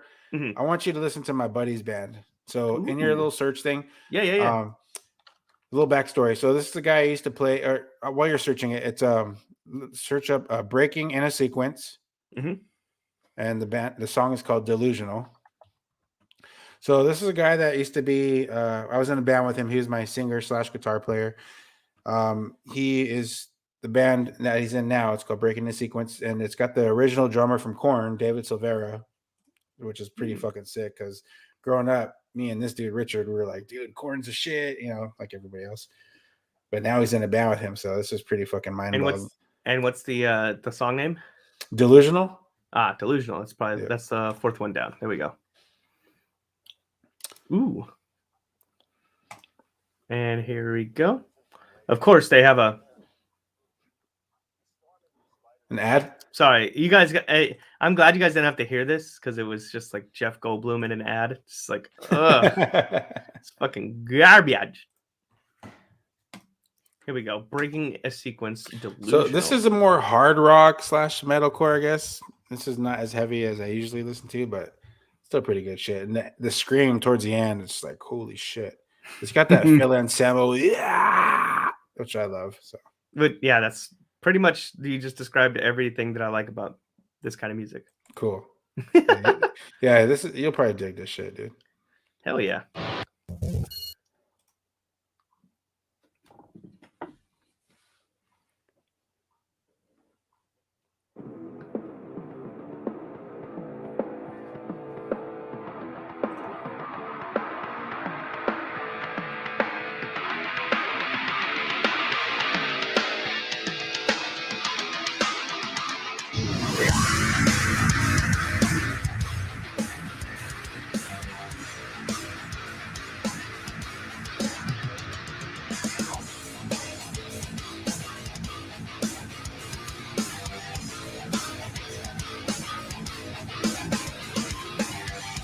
Innocence within your head is digging in.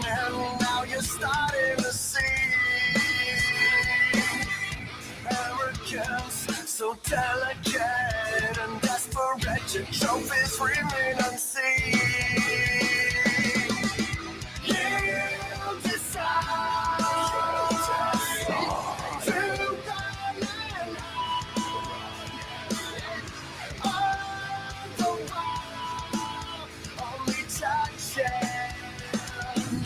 Couldn't like this jealousy, acting like you're sensitive, nothing like the clarity of how you're so considerate.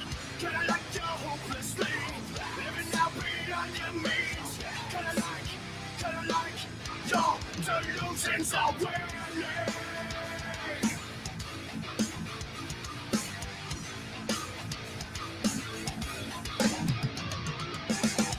Elegance is wearing thin. Very groovy, yeah? Yeah, for sure. I love it.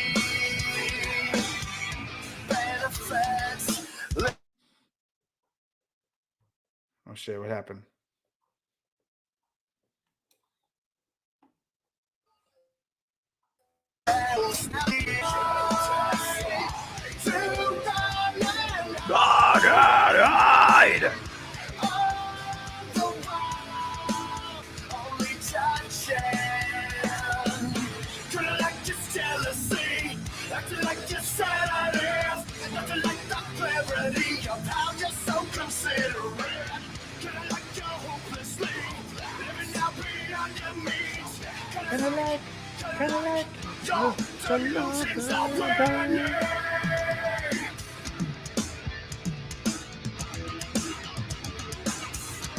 Delusions are wearing.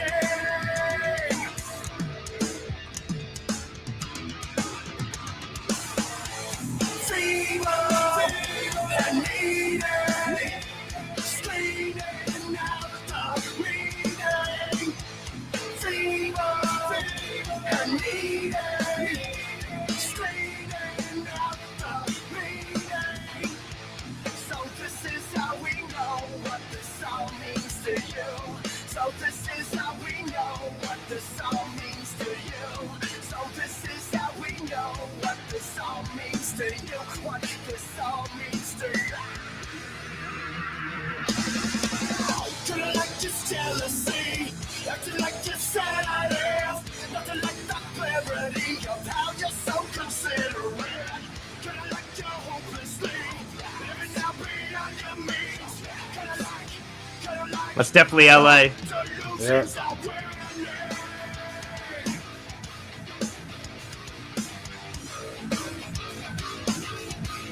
Delusions are winning.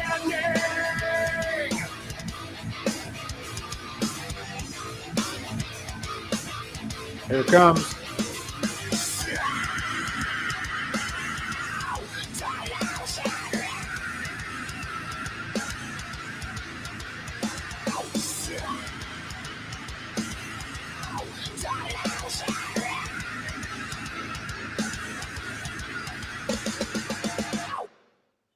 Oh, dude, that was so good. And, oh, look at their freaking name spells bias. That's awesome. Yeah, that was their original name was Bias, and then there was like some Shut up. there was Spring. some kind of like copyright bullshit, so they changed it to break it into sequence, but they still go by Bias. Dude, I love yeah, everything about that I loved. And by the way, you can tell by the graphics, like that was definitely LA. Like Oh yeah, telephone poles, wooden fences, and then like brick buildings. It's like, oh dude, it's like LA the whole way. And then Yeah. a palm tree way the fuck over there. Like, Yep. that's like it looks like Skid Row. Like when you go down, you know what I mean? Over by like where Mr. Cartoon has his fucking shop and shit. Mhm. Like Yep. that's exactly what the whole vibe was to me. Because I Cool. mean that there's metal all over that. There's metal, there's rap, everything kind of like converges all over at that place. Yeah, very Ah, true. You know what Very we true. basically just did? We basically just did like an episode of Beavis and Butthead. Where we're just like we just basically talked for a little bit and then played music videos. And then we talked for a little bit and just played music videos. Hell yeah, that's awesome. I fucking dig that. I honestly is what it for anybody that is listening, we kind of like, well, nobody's listening right now, but somebody might later. Like we definitely just sat and did this for like 4 hours on Saturday. We just sit, Yeah. drink beer, and just be like, oh, I'm gonna play a video, and now I'll play a video. And then one of our friends had to go home because it was like midnight. We were just like, you want to keep going? It's like, should I crack another beer? I don't know. Dude, we should definitely do this. Like, we should definitely do this on like a periodical basis. Like Yeah, dude, I'm once a down. month, once every 2 months, and just get together, find new songs to play, and just do like Beavis and Butthead style. Like we'll talk about whatever, and then just play a music video in its entirety, Hell yeah, and then Super like down. talk Super down. because fuck YouTube and fuck Facebook. That's why.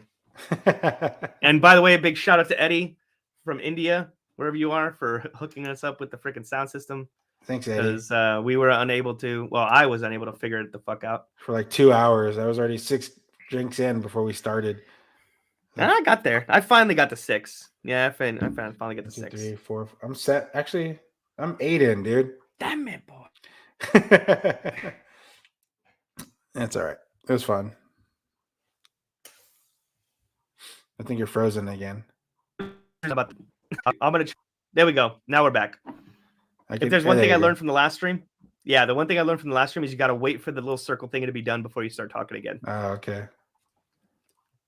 Oh boy. Oh, You we got mean- somebody definitely in Russian was talking to us. I don't know who it is, but they said What? "Vom red." No svidanya, my friend.